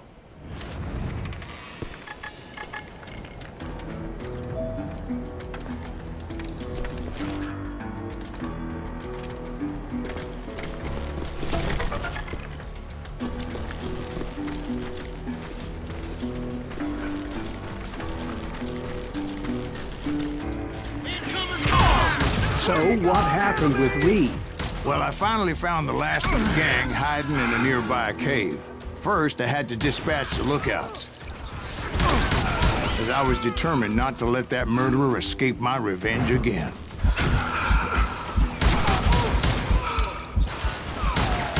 I don't think he knows who we are.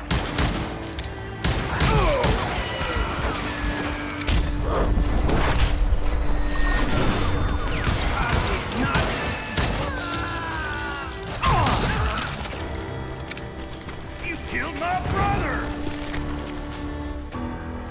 But rather than wander in willy-nilly, I decided it would be better to smoke that sumbitch out. Hey, Reed! I shouted. No wonder you're so ornery.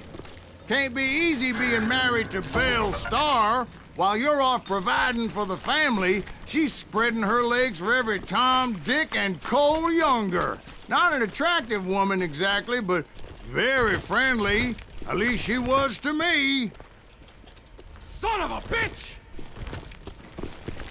It was then that the last bunch of bandits jumped out of hiding. Why won't this asshole give up? Would someone please kill him?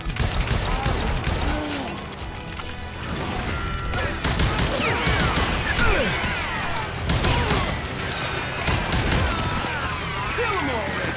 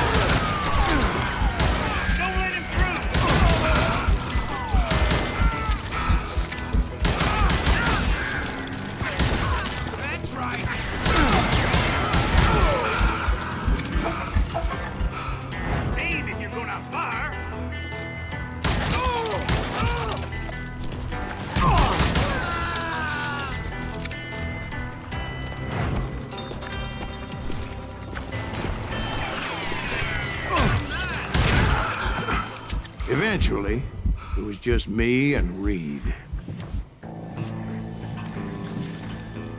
I had waited a long time to face him down, so I could repay him for what he did to my brothers.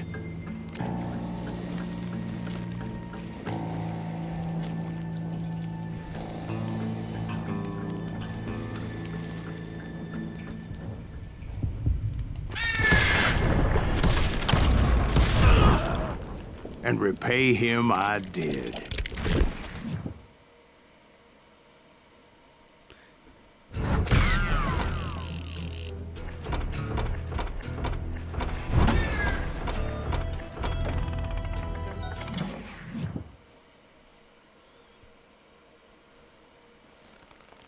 Well, I don't know about you boys, but I'm pretty beat. Well, it's too damn bad you never found that Bob character. Seems a shame you never had to pay. Well, funny thing about that, I did have one more chance at him.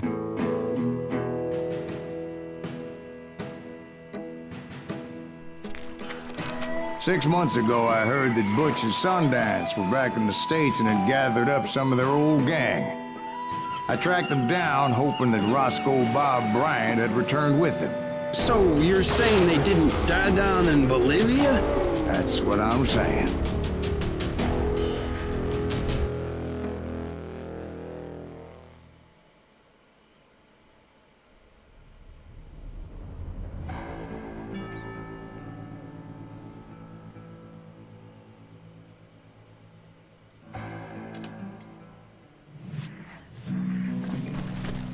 "40 years I had waited to get my hands on the last of my brother's killers. Not even an army of demons could have stopped me now.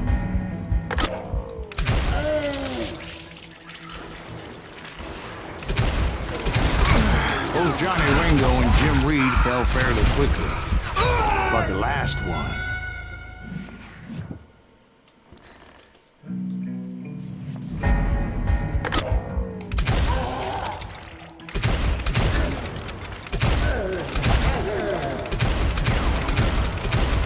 Both Johnny Ringo and Jim Reed fell fairly quickly, but the last one, Roscoe Bob Bryant, that son of a bitch had managed to escape my vengeance time and time again.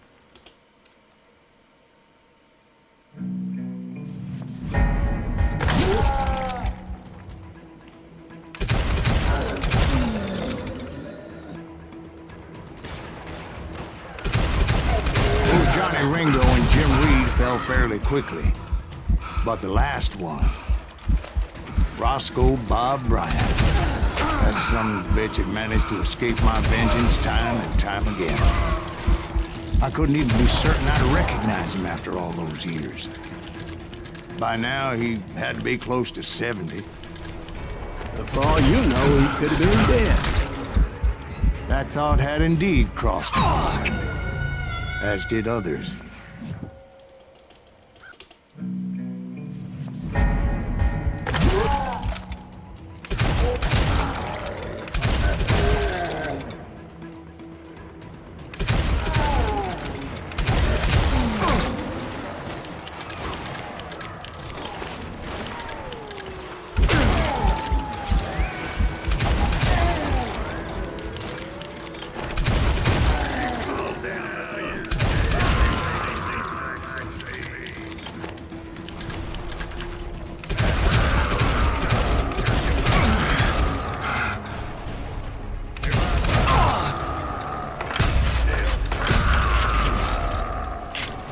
For instance, did my thirst for vengeance turn me into something worse than the man I was after?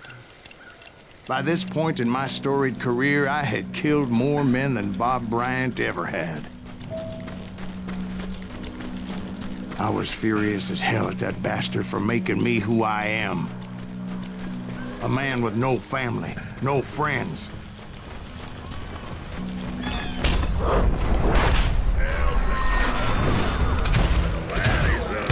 Nothing could stop me from taking his life.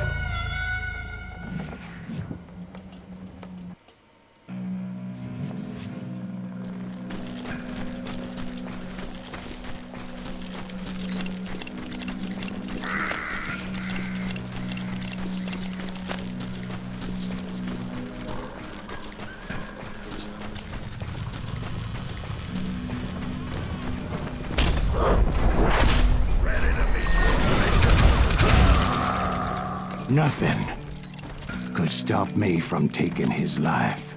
I'd been after that killer forever. From the time I rode with Billy the Kid. But that chapter of my story you already know. Chapter of that fairy tale, you mean?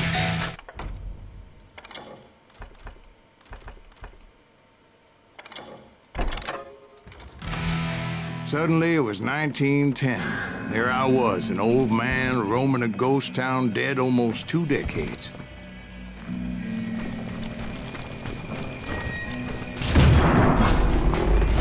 town was falling apart, just like me.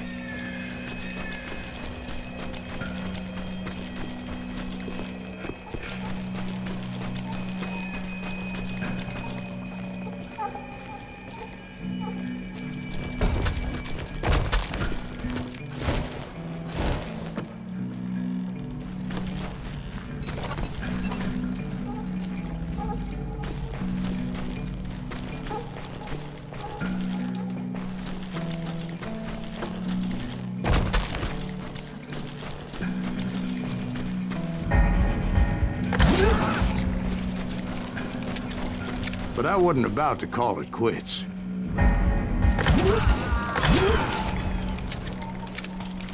Even though the ghosts of my dead brothers were begging me to end what I started so long ago. Mr. Graves, are you all right? Would you like some water? The Wild Bunch knew I was there. They were after a treasure they had hidden before they fled, buried in the grave of a dead amigo. Some folks think the town is haunted, so they figured there wouldn't be many people poking around. I intended to fill that grave with Bob Bryant's corpse. But like I said, the bandits knew I was onto them. They lured me in and hit me with everything they had.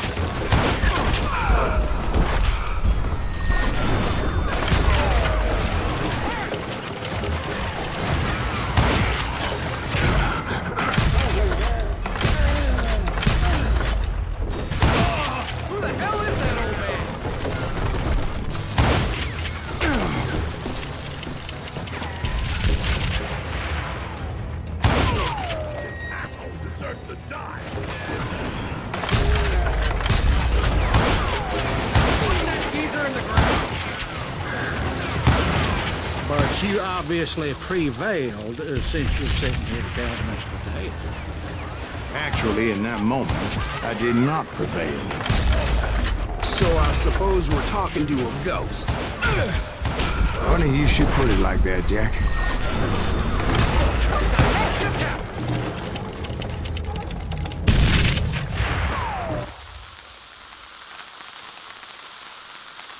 Because when I woke up... From the dead? There was silence all around me.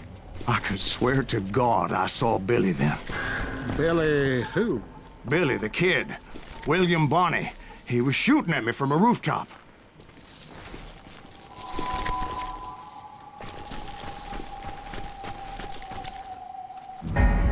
Here and there. Even over there. So I am right. You are titched in the head. Mr. Greaves, perhaps we should switch you to coffee? You see that old Indian again, too? No, but I did see Billy's killer. Patrick Floyd Garrett. He came at me, guns a-blazing. But I knew that old war horse had died 2 years before. I wondered if maybe I was dead too and confronting the ghosts of my past. Perhaps all my sins were coming back to haunt me and drag me down to perdition.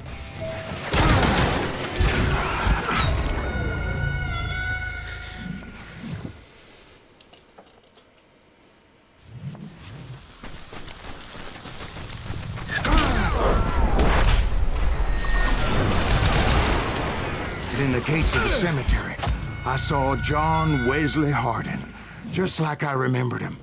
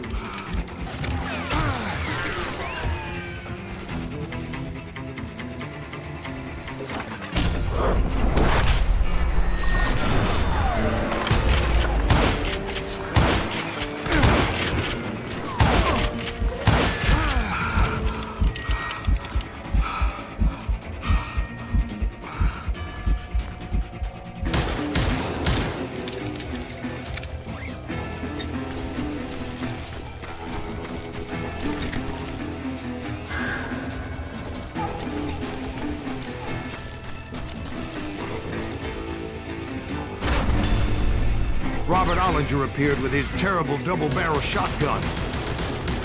But no ghost army was stopping me. My father-in-law got hit with a fallen branch.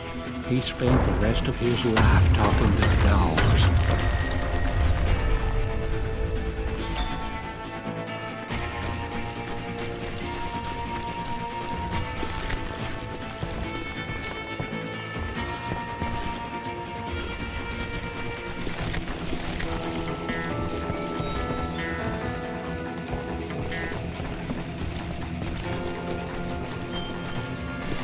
Newman Hayes Clanton, William Brocious, John Peters Ringo, they all wanted me dead.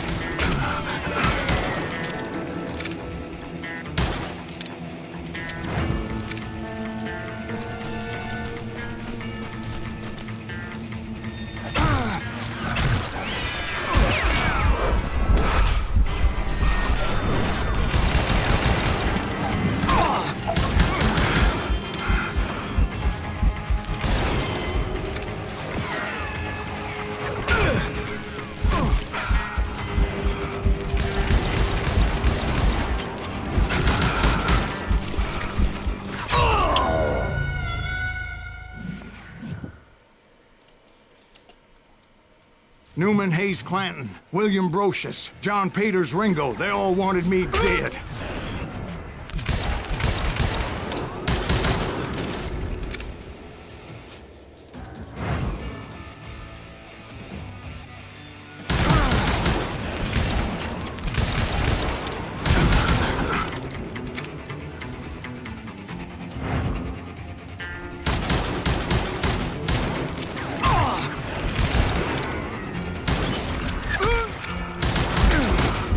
The Dalton brothers, Robert and Grattan, guardians of the Garden of the Dead.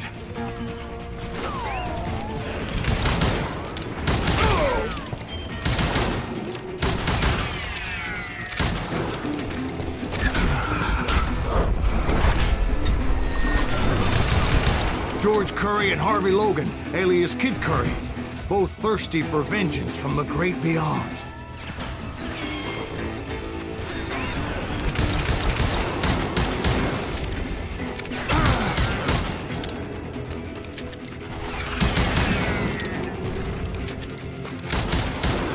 Jesse, Woodson, James, and Jim Reed.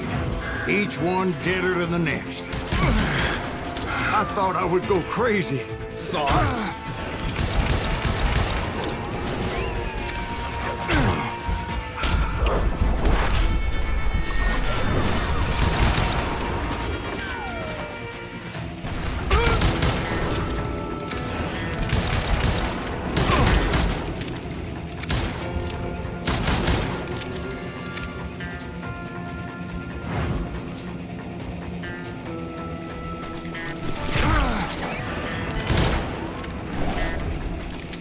Finally, I saw Harry Alonzo Longabaugh. The Sundance Kid? Like a general leading his legion of the dead. You told us before that you'd seen him alive. He was alive.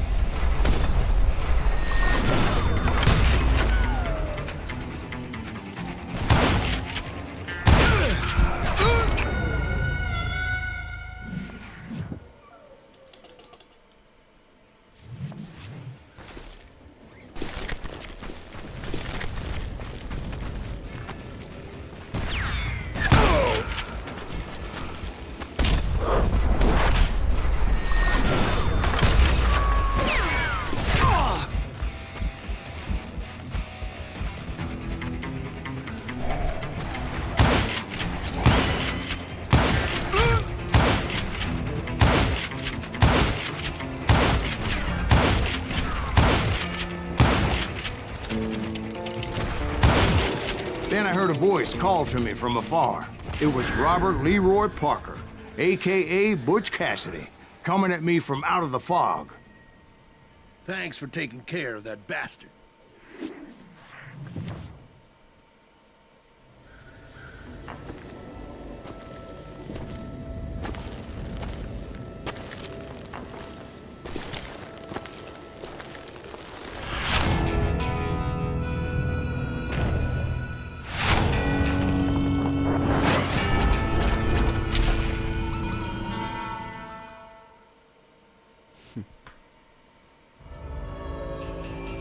But the kid wasn't quite deceased.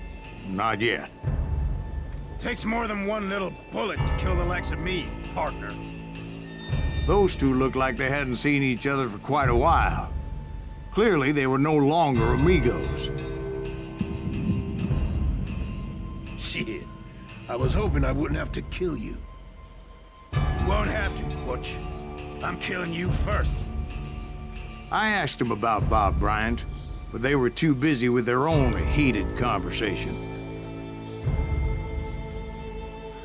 Let me get this shit straight. You want my money and the love of my life? You frittered it all away, Butch. Etta's mine. So is that damn money. I didn't want to shoot anybody until I had an answer to my question, but those boys didn't give me much of a choice.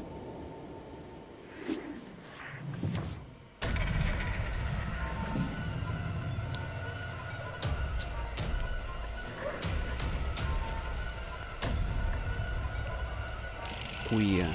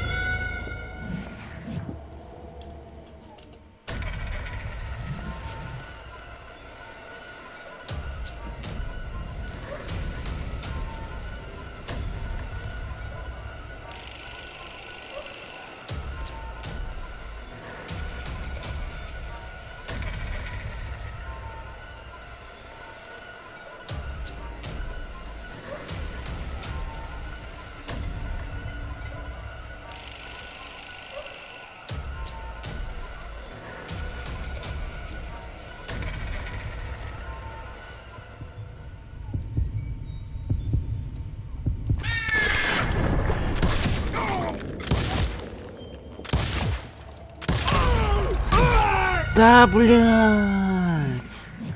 Да как? Сколько тебе всадить надо? 3 пули, что ли?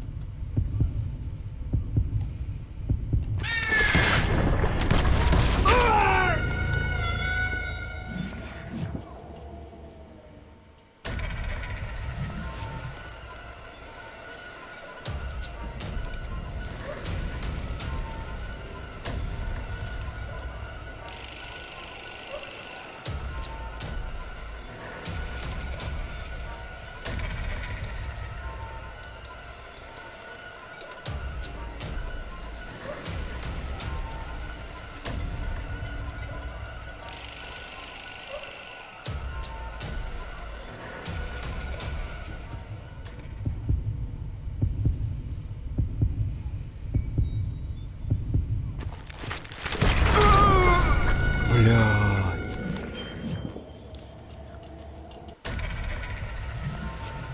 Теперь он раньше достал, чем я.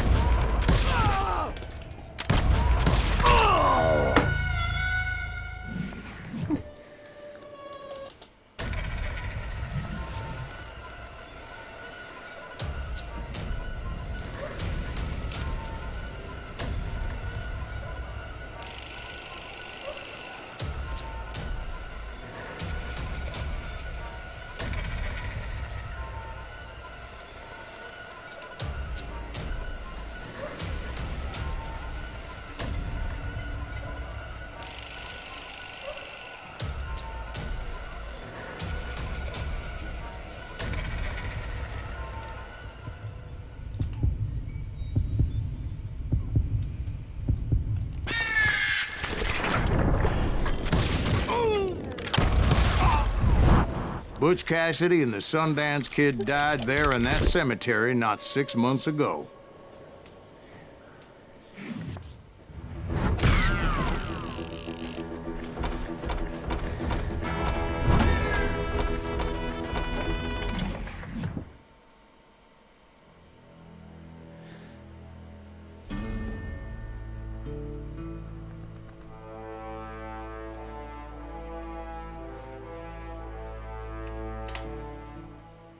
Butch Cassidy and the Sundance Kid were killed by the Bolivian army. Everybody knows that. That's the legend, but it ain't the truth.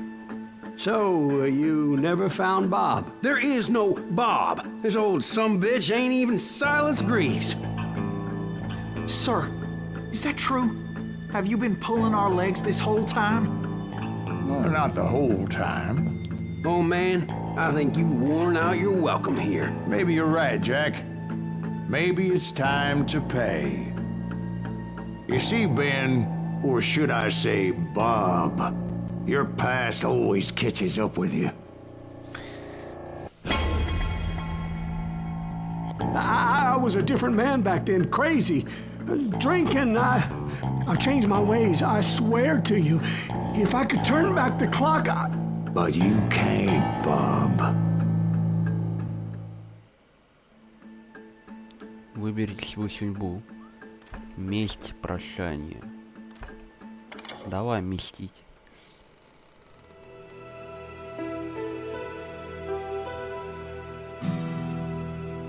why'd you toy with me like that? Telling those tales, knowing all along. Why not just lay your cards on the table? Here. I won't have it said that I left you with nothing. That's how you want it? So be it. Holy shit! Right, Molly, move against that wall. Go!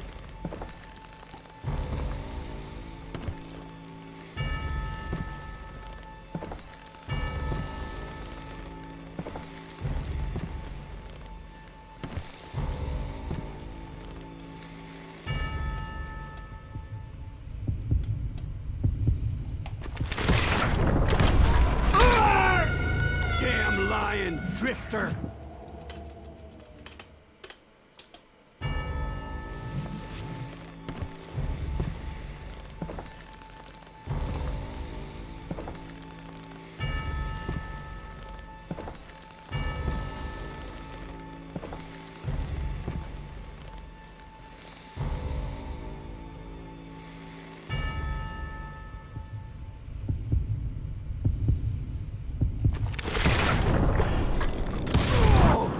Oh my God! Oh, Jesus!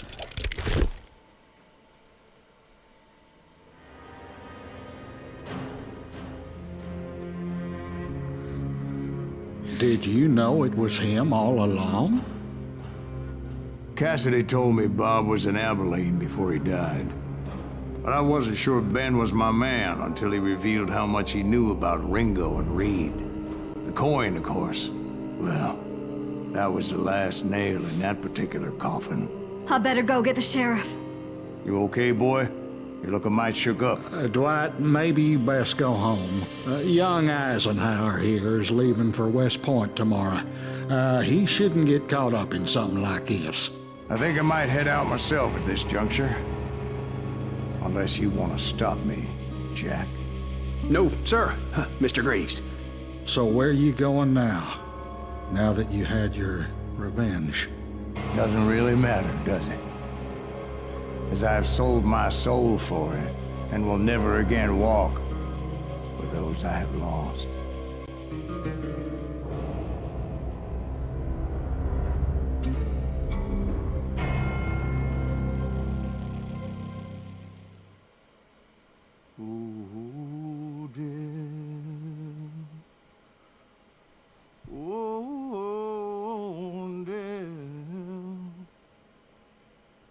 Won't you spare me over till another year?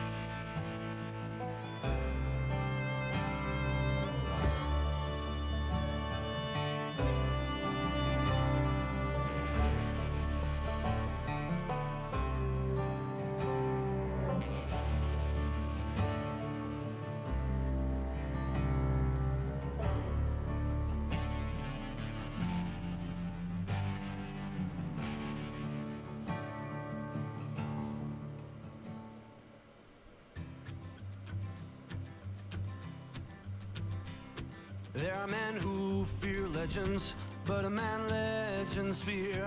He's a four-hosted reaper, crying bullets for tears. When a drought comes in justice, bullets make good rain. When the heartache has dried up, only blood heals the pain. There's a time for grieving and a time to just pray. There's a time for forgiving, but it's not for today. You can hide sins from the gavel, you can drown them in rum. When silence grease finds you, there's nowhere to run. And time goes too slowly for the gunslinger's eye. Till he's buried his promise, there's no time to cry. There's a time for grieving and a time to just pray. There's a time for forgiving, but it's not for today. There's a time for grieving and a time to just pray. When silence grease finds you, it's a time you must pay. That's a time you must pay.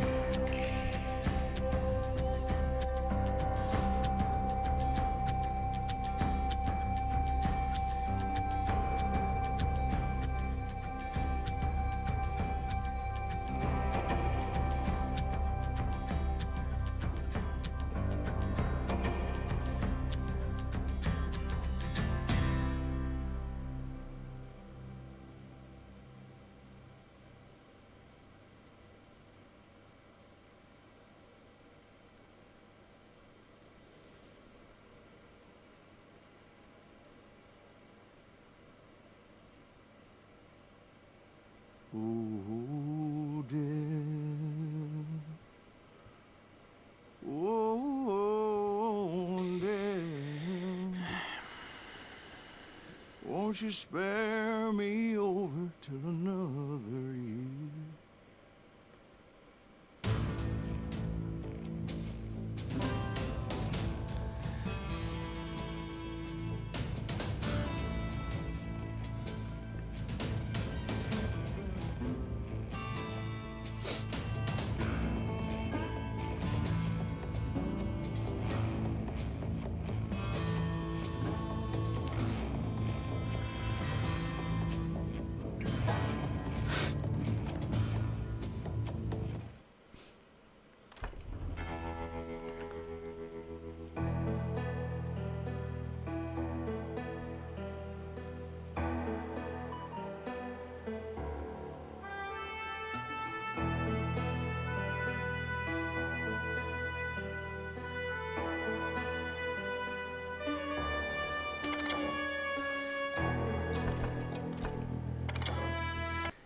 Фух.